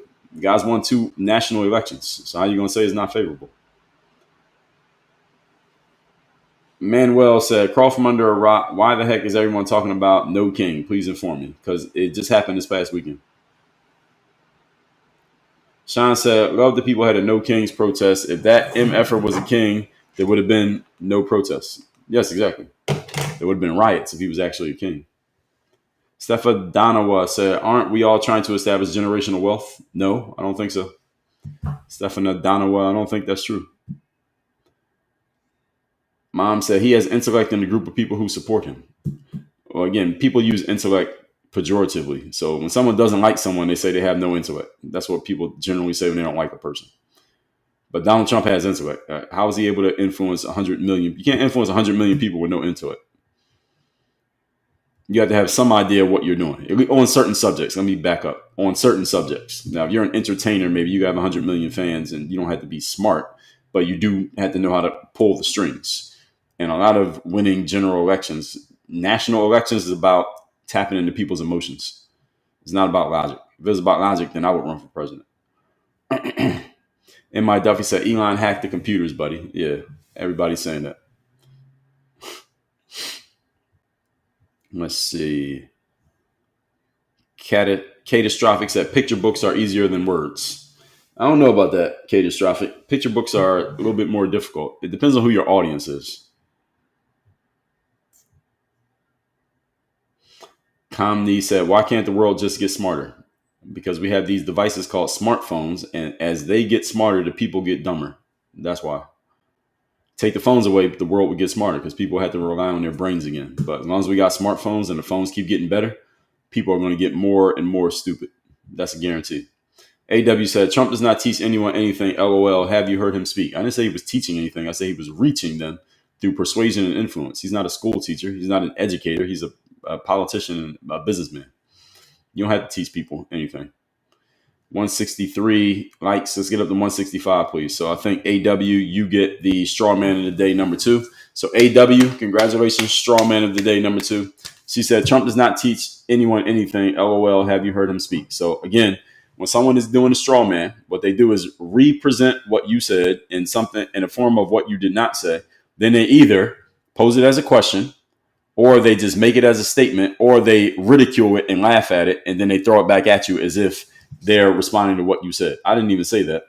And AW did. She used a combination of both the question and the ridicule. She's used the LOL and a question mark. This is a classic straw man. D-Mit said, not true. A lot of people follow Trump just because. Okay, what do you mean by that? Catastrophic said, picture books are easier than words, so we send out picture books to Republicans because that's all they understand. Are you saying we send them out as a way to keep them Republican or to bring them the other way? I mean, I get you're being hyperbolic here and you're being sarcastic, but what are you talking about? Samony said, the left were that smart, they wouldn't react to Trump is the reaction he wants. That's 100% correct. And the thing is, it's not necessarily about being smart. It's that you have to learn how to control your emotions. That's what the general elections, when you're running for president, is all about emotions. It's not about logic. It's about emotions. So if it was all about logic, then someone like Vivek Ramaswamy could have beat Trump, because I think logically he can outdo Trump, but he can't outdo Trump when it comes to persuasion and influence. Persuasion and influence are more about emotions than logic. And the person who is able to persuade and influence will win when you're trying to reach masses of people. And 350 million people is masses. So the left can't control their emotions when it comes to reacting to Trump, which is how he's able to play them like a fiddle, which is what he's been doing for the last 10 years. Even when he lost, he was playing them. King Ali said, the real reason, I already answered that one. We're at 167,000 likes, folks. We got 20 minutes. Can we get to 170, please?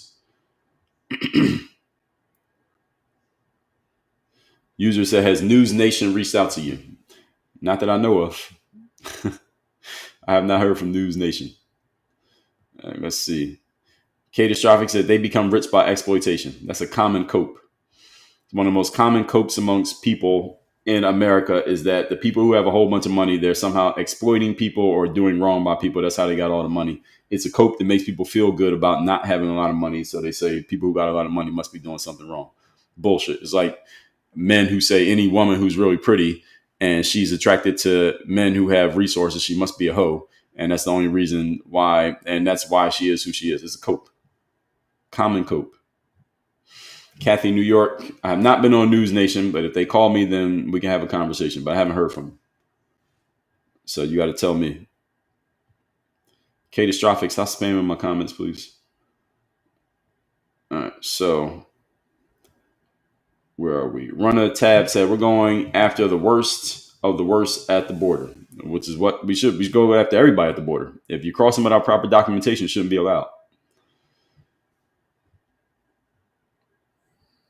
Jenna said, LOL, if you don't want average pay, don't be average. Yes, exactly. See, people be trying to solve the wrong problem. This is what happens with a lot of people. They try to solve the wrong problem. They say, well, I'm an average worker. How do I get more money? You're an average worker. You don't get more money. That's how much you get. That's how much average people get. So you want more money. The problem is not that they're not paying more to average people. The problem is that you are an average person. You see, when people get the right frame, then they have opportunity to do something different. The problem a lot of people have is that they're expecting somebody else to solve their problems when you are the problem. Lacey said, you're just a hater. Really, Lacey? That's what you came up with? I'm a hater. Easy Sam said, what's the topic? You can see it right here. Can y'all see this right here? ThirdDayBook.com. Get my book for free. And the agenda is we're talking about the No Kings protest this past weekend. King Ali, you posted the same comment like 6 times. I saw it. We're at 173,000 likes. Can we get to 180, please? Are y'all getting tired of tapping the screen? Can we get to 180,000 likes on TikTok, please? Birdie said, liberal parroting. King Ali said, where'd you get your intellect, bro? Love it. It's a good question. I read a lot, I listen a lot, and I have an ability to, one of my innate abilities is my ability to parse information and knowledge, break it down into bite-sized pieces and then put it back together so that someone else can understand it. That's one of the things that one of the gifts I believe that I have. Steph said, I'd love to see a well-spoken, smart man. Maybe you should run. Run what? For politics? No, thank you. Steph, I appreciate the compliment, but politics is not for me. First of all, if you get into politics, they vet your whole life. So they go through everything you've ever done, everyone you've ever known. Y'all saw what they did to Brett Kavanaugh? No, I'm good on that. All right, number one. Number two, if you win and you get into politics, now you got to go through a system of checks and balances. It means everything you do, you got to go through somebody else before you do it. In other words, you got to get permission. I'm an entrepreneur. I don't like asking permission for anything. So that's another reason why I wouldn't do it. And number three, as soon as you get into politics, half the people are going to go against you just because of what side you're on. So if I go in as a Democrat, all the Republicans are going to try to stop me and attack me. And if I go in as a Republican, all the Democrats are going to try to stop me and attack me. So again, why would I sign up for a job where I know starting off, just walking in the door, half the people are going to hate me just because of what side I'm on? Why would I do that? So I don't see any positives to going into, and it also puts a ceiling on my income because when you work in politics, there's a certain amount of money you get paid. There's a set salary. I like being in an entrepreneurial space where there's unlimited income potential. So there's many reasons why I wouldn't want to become a politician. I just gave you a few of them. And also I got to, what's the other thing? I get some donor money because I'm not spending my own money to run. I got to get other people's money. And that means I got to keep asking people for money. I got to send out emails asking for a $5 donation. Y'all get those emails from politicians? I used to get a bunch of emails from Shapiro in Pennsylvania because I'm from Philadelphia, but I live in South Florida. But for whatever reason, I had done something where I was doing something for my mom, and I put an email address in that went to my inbox, and I kept getting emails from Josh Shapiro about, and this was like every fucking day, like literally every day. When he was running for governor, every day I would get an email him asking for like $5, $20, $1, give me some money. And he would just come up with an excuse to ask for money literally every day. I don't want to do that. I don't want to be in that business. Thierry said, you are so right about Dems acting on emotions. Look at the senator that was recently, well, that's all theater.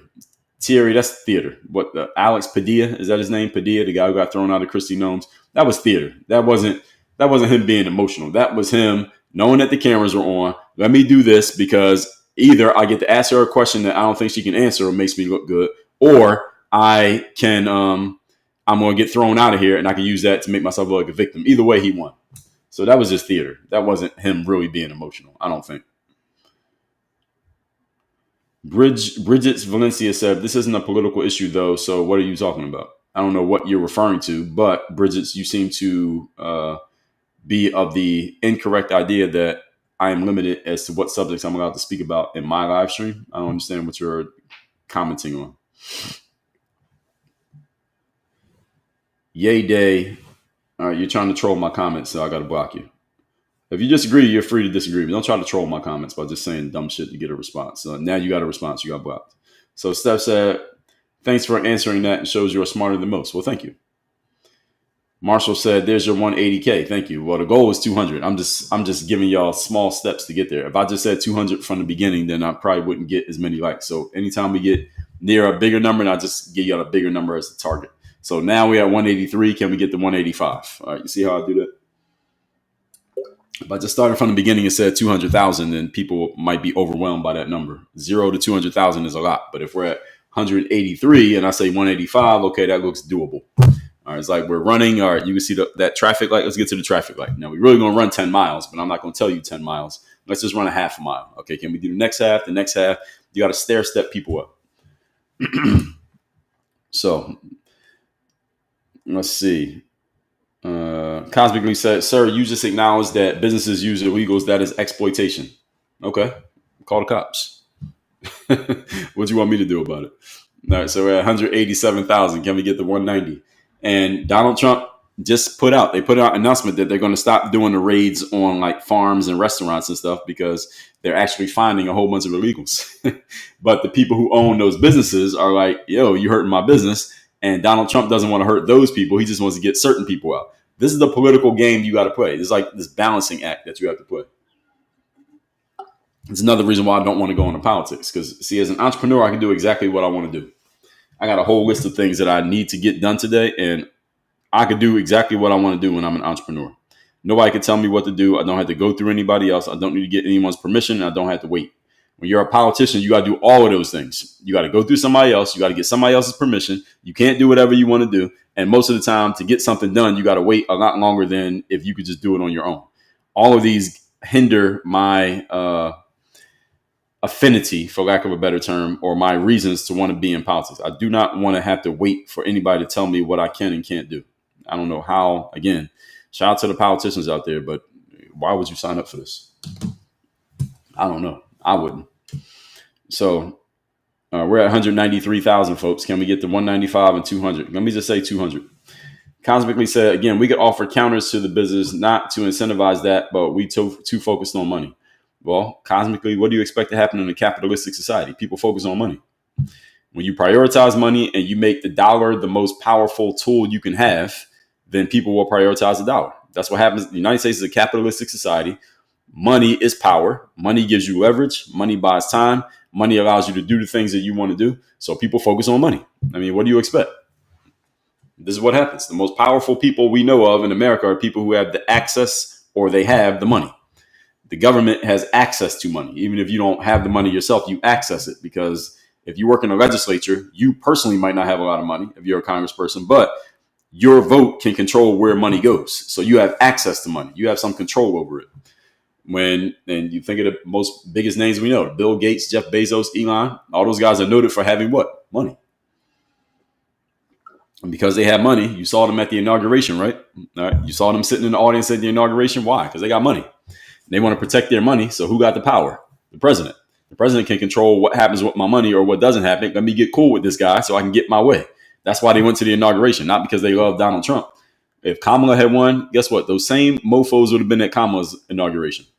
Mark Zuckerberg would have been at Kamala's inauguration, or he would have been at Trump's. Or whoever won, he would have been there. Jeff Bezos, maybe the same thing. I don't know about Elon, or they wouldn't have been there and they would have got attacked. Right now, the same people complaining about Trump, not the same people, but the way they're complaining about Trump and what he's doing with immigration and those things, it would have been Mark Zuckerberg, Jeff Bezos, and Elon complaining about the political left. Let's say if Kamala had won, they would have been going after those guys and going after them and trying to tax them and do investigations and all that shit.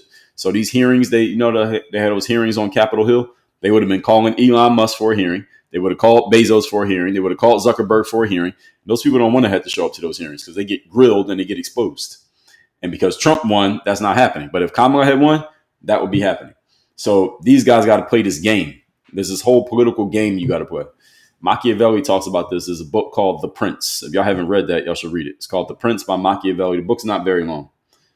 And Robert Greene talks about it in a lot more deeper context, more depth. Fit Business says, would you seek revenge on someone who's purchased products from you or bought you customers to your business? Well, it depends. Seek revenge for what reason? It depends what happened. Joe Dia Gaetano on YouTube said, people don't like Trump because he isn't playing the politics. That's true. He is a businessman and treating the U.S. as a business, which it is. So people don't know how to react to Trump's tactics. Well, that's one reason they don't like him. So what you said is true. He's trying to treat it like a business. The problem is, in his businesses, he can make a phone call and whatever he says will happen in 20 minutes. In the government, he can't do that. So that's the challenge of trying to run the government like a business, that you can't. It's not set up for that. He's trying as best he can, but there's only so far you can go. We hit 200K. Thank you, everybody on TikTok. We hit 200K here. Marshall said, there's a 200K. The Prince, I like your thinking. Yes. Those of you who haven't read Machiavelli, Niccolo Machiavelli, you should read his books. The Prince is one of them. I think he has another one. I think it's Discourses. He has a bunch of writings. A lot of these people back in the day weren't writing things to be books. They were just writing stuff, and then people compiled it and they called it a book. So Louis Seneca, for example, those of you who heard of Stoicism, that started from Seneca. He wrote a whole bunch of letters. People gathered all the letters together, put it together, and they called it a book. But he didn't write it as a book. He just wrote a bunch of letters. They put it together and called it a book. So this is where a lot of this stuff comes from. But Robert Greene, I think, as far as contemporary guys, is the best at taking the older stuff and putting it into context for like the way that most of us think and talk.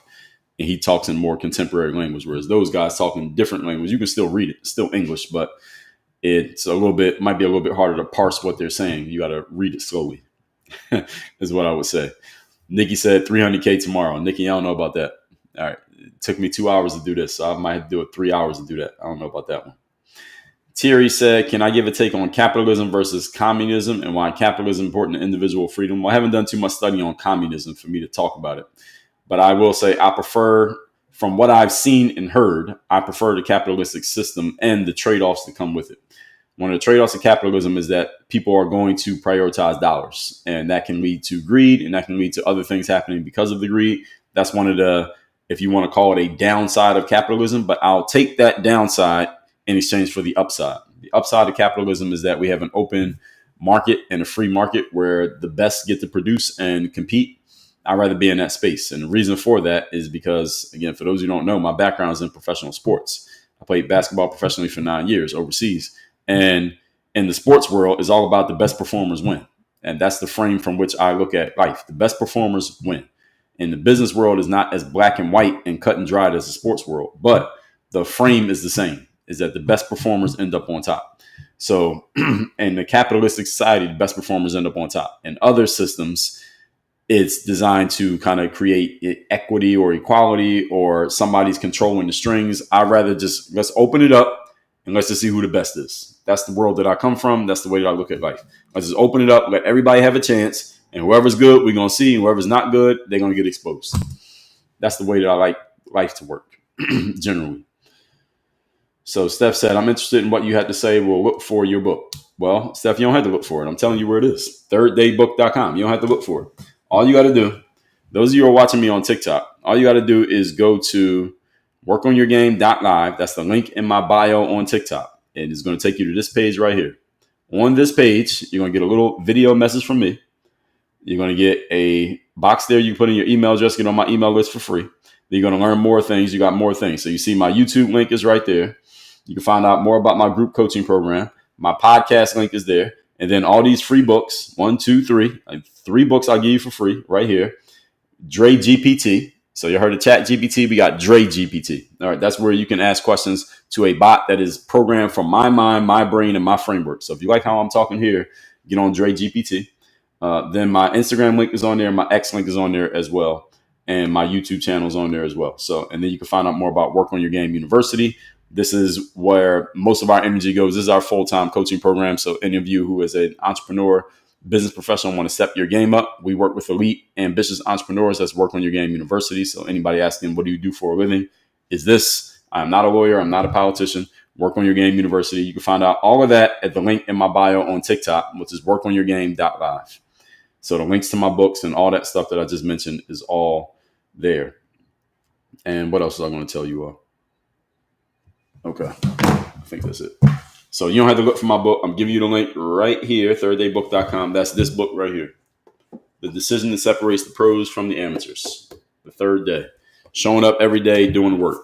One of the main themes of what Work on Your Game is about. And let's see. Butterfly Howard, thank you. Renee DU said, life is a game. If the aim is to succeed, that's why it's called Work on Your Game. That's right. You got it. That is correct. That's why we call it Work on Your Game. Everybody got to learn how to play the game. Daniel, I appreciate you. All right, we're at 9:57. We're only going 3 more minutes, folks, then we'll wrap it up. King Ali said, how did you create your GPT, bro? Got to know. So what you do is you can go to an app like ChatGPT and you can create a custom bot. That's how you do it. So you create a custom bot, but then the thing is, to create the custom bot, you have to train it and you have to give it instructions. Now that's not easy. But again, one of my skills is my ability to take what I know, break it down, and explain it to something else or to someone else or something else, rather. So I explained this to the bot exactly how I wanted to parse data and answer questions, et cetera, et cetera. So that's how I created the Dre GPT. And Dre GPT is part of the package when you join our group coaching program called The Circle. It's $97 a month. And that's where we do live group coaching calls every month. We do calls twice a month. And you get access to Dre GPT. And you will know exactly what to do next. So it's not a course. It's not just a bunch of content that you got to work your way through. You got Dre GPT 24/7, and then you got live coaching calls with me twice a month. That's all at The Circle. That link is also on that page that I just gave you. Workonyourgame.live, which looks like this. When you click on the link in my bio on TikTok, it'll take you to a page that looks like this. And it'll give you all that information. So the custom GPT is a great thing because the next level of that, I'll tell you all, for people like myself who work in the coaching space, next level is where we can make it more and more and more custom. I can't even make it as custom as I want to yet because it can only take in so much information. But it's going to get to the point where it's super duper custom to where you'll be talking to that chat bot and it'll feel like you're just talking to me. I'll be talking to it. I'll feel like I'm talking to myself. It's going to be that good. It's good now, but it's about to get better. Joe said, I just started my AI training last night. It's a lot of work. Yes, it is. AI is a lot of work, but once it's done, it's worth it. So let me see what we got. King Ali, appreciate it. Marshall said, I have a massive idea. Do you have one-on-one? Do I have one-on-one what? I don't know what you mean. Do I have one-on-one coaching? I do. You can find out about that at workonyourgameuniversity.com. Go to that link, and there's a link to that in there. Appreciate it, King Ali. We're at 205,000 likes. Appreciate everybody. Jenna said, that's wild with the chat. Bet that took a lot of time. Well, it depends on how much work you did beforehand. So I have 20 years of receipts, so to speak. What young people like to say, receipts. I got 20 years of content. So to train a chatbot, what you got to do is you got to show it how you talk and how you think and what's your style and all of that. So I took all my books. I can load it on that. Y'all know how ChatGPT works. All ChatGPT did, I'm saying all they did, like it's easy. What they did was go through the whole internet and basically downloaded the whole internet. That's why when you ask ChatGPT a question, they can answer it in like 2 seconds. Because it basically downloaded everything on the internet and it trained it to answer the questions based on whatever gets asked, and it immediately can find the answers. And I even talked to ChatGPT. I was like, how do you answer these questions so fast? And it gave me an explanation of how it does it. So that's how chatbots work, is that you got to give it a whole bunch of information so that no matter what somebody asks, it has a way of answering the question. That's not easy to do, but when it's working, it feels like magic. So the more material you have, the easier it is to train the chatbot. So if you don't have that much material, then it's harder to train your bot. But if you got a lot of material, then it's easier to train the bot. So I have a lot of material. I do these live streams 2 hours every day. So just imagine if I just took this 2 hours every day and I uploaded it to my chat bot and said, okay, learn more about my style by listening to this. And I've been doing this every day since August of last year. And then you combine that with 20 more years of content. Now the bot can pretty much sound like me because it has 20 years of experience in learning my style. Now, if you only been doing this for 2 weeks, then yours is going to be harder to do. You understand? So that's the way it works. And Jenna said 3,000 podcasts, a lot of content. Yes, it is. And again, the thing about the bots today is that in order for ChatGPT to do what it did, is the reason why that company has like billions of dollars, OpenAI, because they had to upload all that shit. A lot of y'all don't understand is that those companies that do these bots, know how much data they got to use and how much power and how much energy that takes and how much space it takes to download the whole internet. So they got warehouses full of storage. So if I want to do something like that, I need something like they got, but they got more resources than I have. So there's only so much material you can load into a personal chat bot without the cost just multiplying on you. So again, as the cost of this kind of stuff goes down, then it will be easier to train a bot for what I want. I can make mine even better than it is. I can make it 100 times better than it is. Mine right now is already amazing, but I can make it a lot better to the point that, again, you won't even be able to tell that it's a bot. That's when it's going to get crazy. All right, that's what's coming. I say next, I would say 10 years, but it's probably going to be 5, where you'll be talking to a bot and you think you're talking to the actual person and you can't tell the difference. That's what's coming. And I'll have one of those bots. When that comes, I'm going to have one. And then I can retire. You ain't got to talk to me anymore. You could just talk to my bot. My bot is going to be doing these live streams. In 2030, it's going to be a 2-hour live stream of me, but it's not going to be me. I'm going to be over there chilling, watching my bot do the live stream, and you won't know that it's not me. That's when it's going to get crazy. All right, so those of you who want to know what's going to happen with AI, right there, that right there. And I'm going to be a customer. I'm telling you right now. So anyway, I'm not even a tech guy, but this part is exciting. Carlo, good to see you here. I didn't see you in there earlier. Jenna said LMS. Yes. Logical sequence of your words. That's exciting. Indeed. Yeah, it's like that, but it's deeper than that. I couldn't even explain it to you. I know this stuff. I'm like 10% in on this, but people who know this shit like inside out, they could talk about that for 2 hours. I can't talk about it for 2 hours. I can talk about it for 10 minutes. Greg says, is there a way to obtain your 3 books without having to go through each link individually? Well, Greg, we do. Yes, actually, there is a way to do that, because here's the thing, Greg. We use sales funnels, which I'm sure you've heard of. So if you go through let me see, which one could you get them all? I'm just trying to find the one because my newest book is the Sales Discipline System. So if you go through the Sales Discipline System link, Greg, is a funnel. So after you go through the first page, on the next page, we're going to offer you more books. No, next page, we're going to offer you more books. So if you want to get more than one book, because any of you who reads books, nobody reads just one book. So if you're going to read one book, you'll probably read 5. If you're going to read 5, you'll read 10. Well, guess what? I've written 41 books. We will sell you more than one book. So any one of these links that you go to, after you order the one book, we're going to offer you more books. We're not going to let you walk away with one book. Now, I am a businessman. I'm a salesperson. So I'm not going to let you walk away with one book. It's my moral obligation to sell you as many books as you want to read. So when you go through any one of these funnels, I would suggest, Greg, for you, the Sales Discipline System. Let me click on that link so you can see it for yourself. salesdisciplinebook.com. And I'm letting the page load. Here it is. This is for the Sales Discipline book. This is my latest book.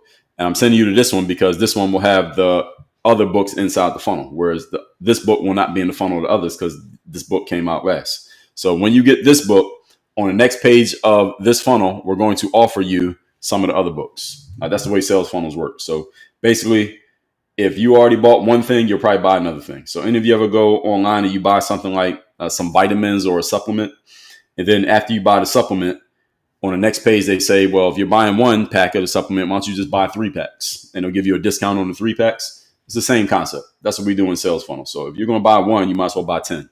So we will sell you not 10 of the same book. We'll sell you that too, as a matter of fact, because we sell to sales teams. So we just sold like 10 pack to some company, some sales guys that I know down here in Miami, but we will sell you more than 1 book. In other words, if you say yes to everything in the funnel, you'll leave the funnel with like 15 books. All right, to answer your question, Greg. Hopefully that answers your question. So Jenna said, yeah, Jenna gave you the answer right there. She got 5 through the link in the bundle. So I will never, ever, ever do you a disservice. Any of you who's looking at my books, I promise you, I will never do you the disservice of only selling you one thing. If you buy one thing from me, I will offer you more things. That doesn't mean you have to say yes, but I will offer it to you. That's my moral obligation as a salesperson, not leave you hanging with just one thing. Because after you read that book, you're going to want to read another book of mine. So why not sell them all to you at the same time? Why not? Okay, so anyway, let's see. Strategic Brand said AI is about creating data sets. Yeah, ChatGPT has explained it to me in a way that any of you who has ChatGPT, go to the app today, or any one of these, doesn't have to be ChatGPT, and just ask it, how are you able to answer so many questions so quickly and so easily? Just ask that question and read the answer that it gives you, and it will explain how it works. It explained it to me like a month ago. I asked that question, but I couldn't give you the answer that it gave me. You should read it for yourself so you can understand it. But it's very interesting if you're into this tech stuff. I'm not that into it. I'm not a tech geek. I'm an athlete who happens to write books and do all these other things. Or I used to be an athlete. I'm an entrepreneur now. Used to be an athlete. I'm into all those other things. I'm not a tech geek. But tech geeks will probably talk about this all day. Carla said, we will miss you. Yeah, wait till 2030. So we still need some more years of training it. King Ali, appreciate it. Jenna said, hi, no one reads just one book. Me buying 10 at a time every time I go to the bookstore. Yeah, see? Exactly. That's what I mean. So as a salesperson, you got to understand it. If you sell protein powder, why would you sell somebody one canister of protein? You know, after they finish it, they're going to buy another one. So just sell them like 5. They might not buy it, but you got to at least try. Never let somebody buy just one thing.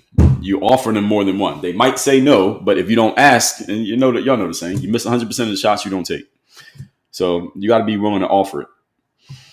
Greg said, only other caveat, having the word game within your web name restricts many from those at work to get into your web page. Is that so?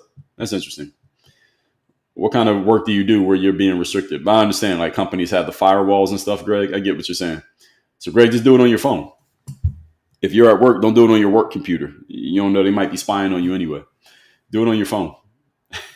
Everything's mobile optimized. So if you can see it on the desktop, you can see it on the phone. Marshall said, I think a GPT weakness is the bias it absorbs from millions of data bytes. Yes, that is a weakness because it's getting this information from the internet. So I know you can't believe everything you see on the internet. So just because you got it from an AI does not mean it's true. So that's why people got to think. But somebody asked the question earlier, smartphones are making people stupider because people are thinking less because the phone is doing all the thinking for you. So the smartphone is getting smarter while people are getting dumber. That is happening. That's guaranteed, and that's only going to get worse because people are thinking less because the phone makes it easier. So Greg said Lumen Technologies. Lumen Technologies, are they the same people who make the app? I use this daily tracker app that's made by a company called Lumen, but it might be a different company. Greg said, Lumen, no worries about work, less access to certain pages. I get it. They might have firewalls. All right, everybody, we'll wrap this up. I usually finish by 10 o'clock. So if y'all like this live, I do these Monday through Friday, 8 a.m. Eastern. So if you like this one, come back tomorrow. Tomorrow, I don't know what I'm going to talk about yet, but we are eventually going to talk about Project 2025. I guarantee you that's happening. Right now, that is the next one on the schedule, but something might happen today that bumps that off the schedule. So don't hold me to that. We sell the network and far more. Yeah, I think that's a different company. I think they just had the same name.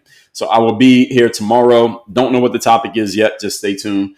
But I'll be here at 8 a.m. Eastern. So if you like this one, come back. If you didn't like it, come back. If you're not sure, come back. If you bought a book or you're getting some books, come back. If you're not getting any books, come back.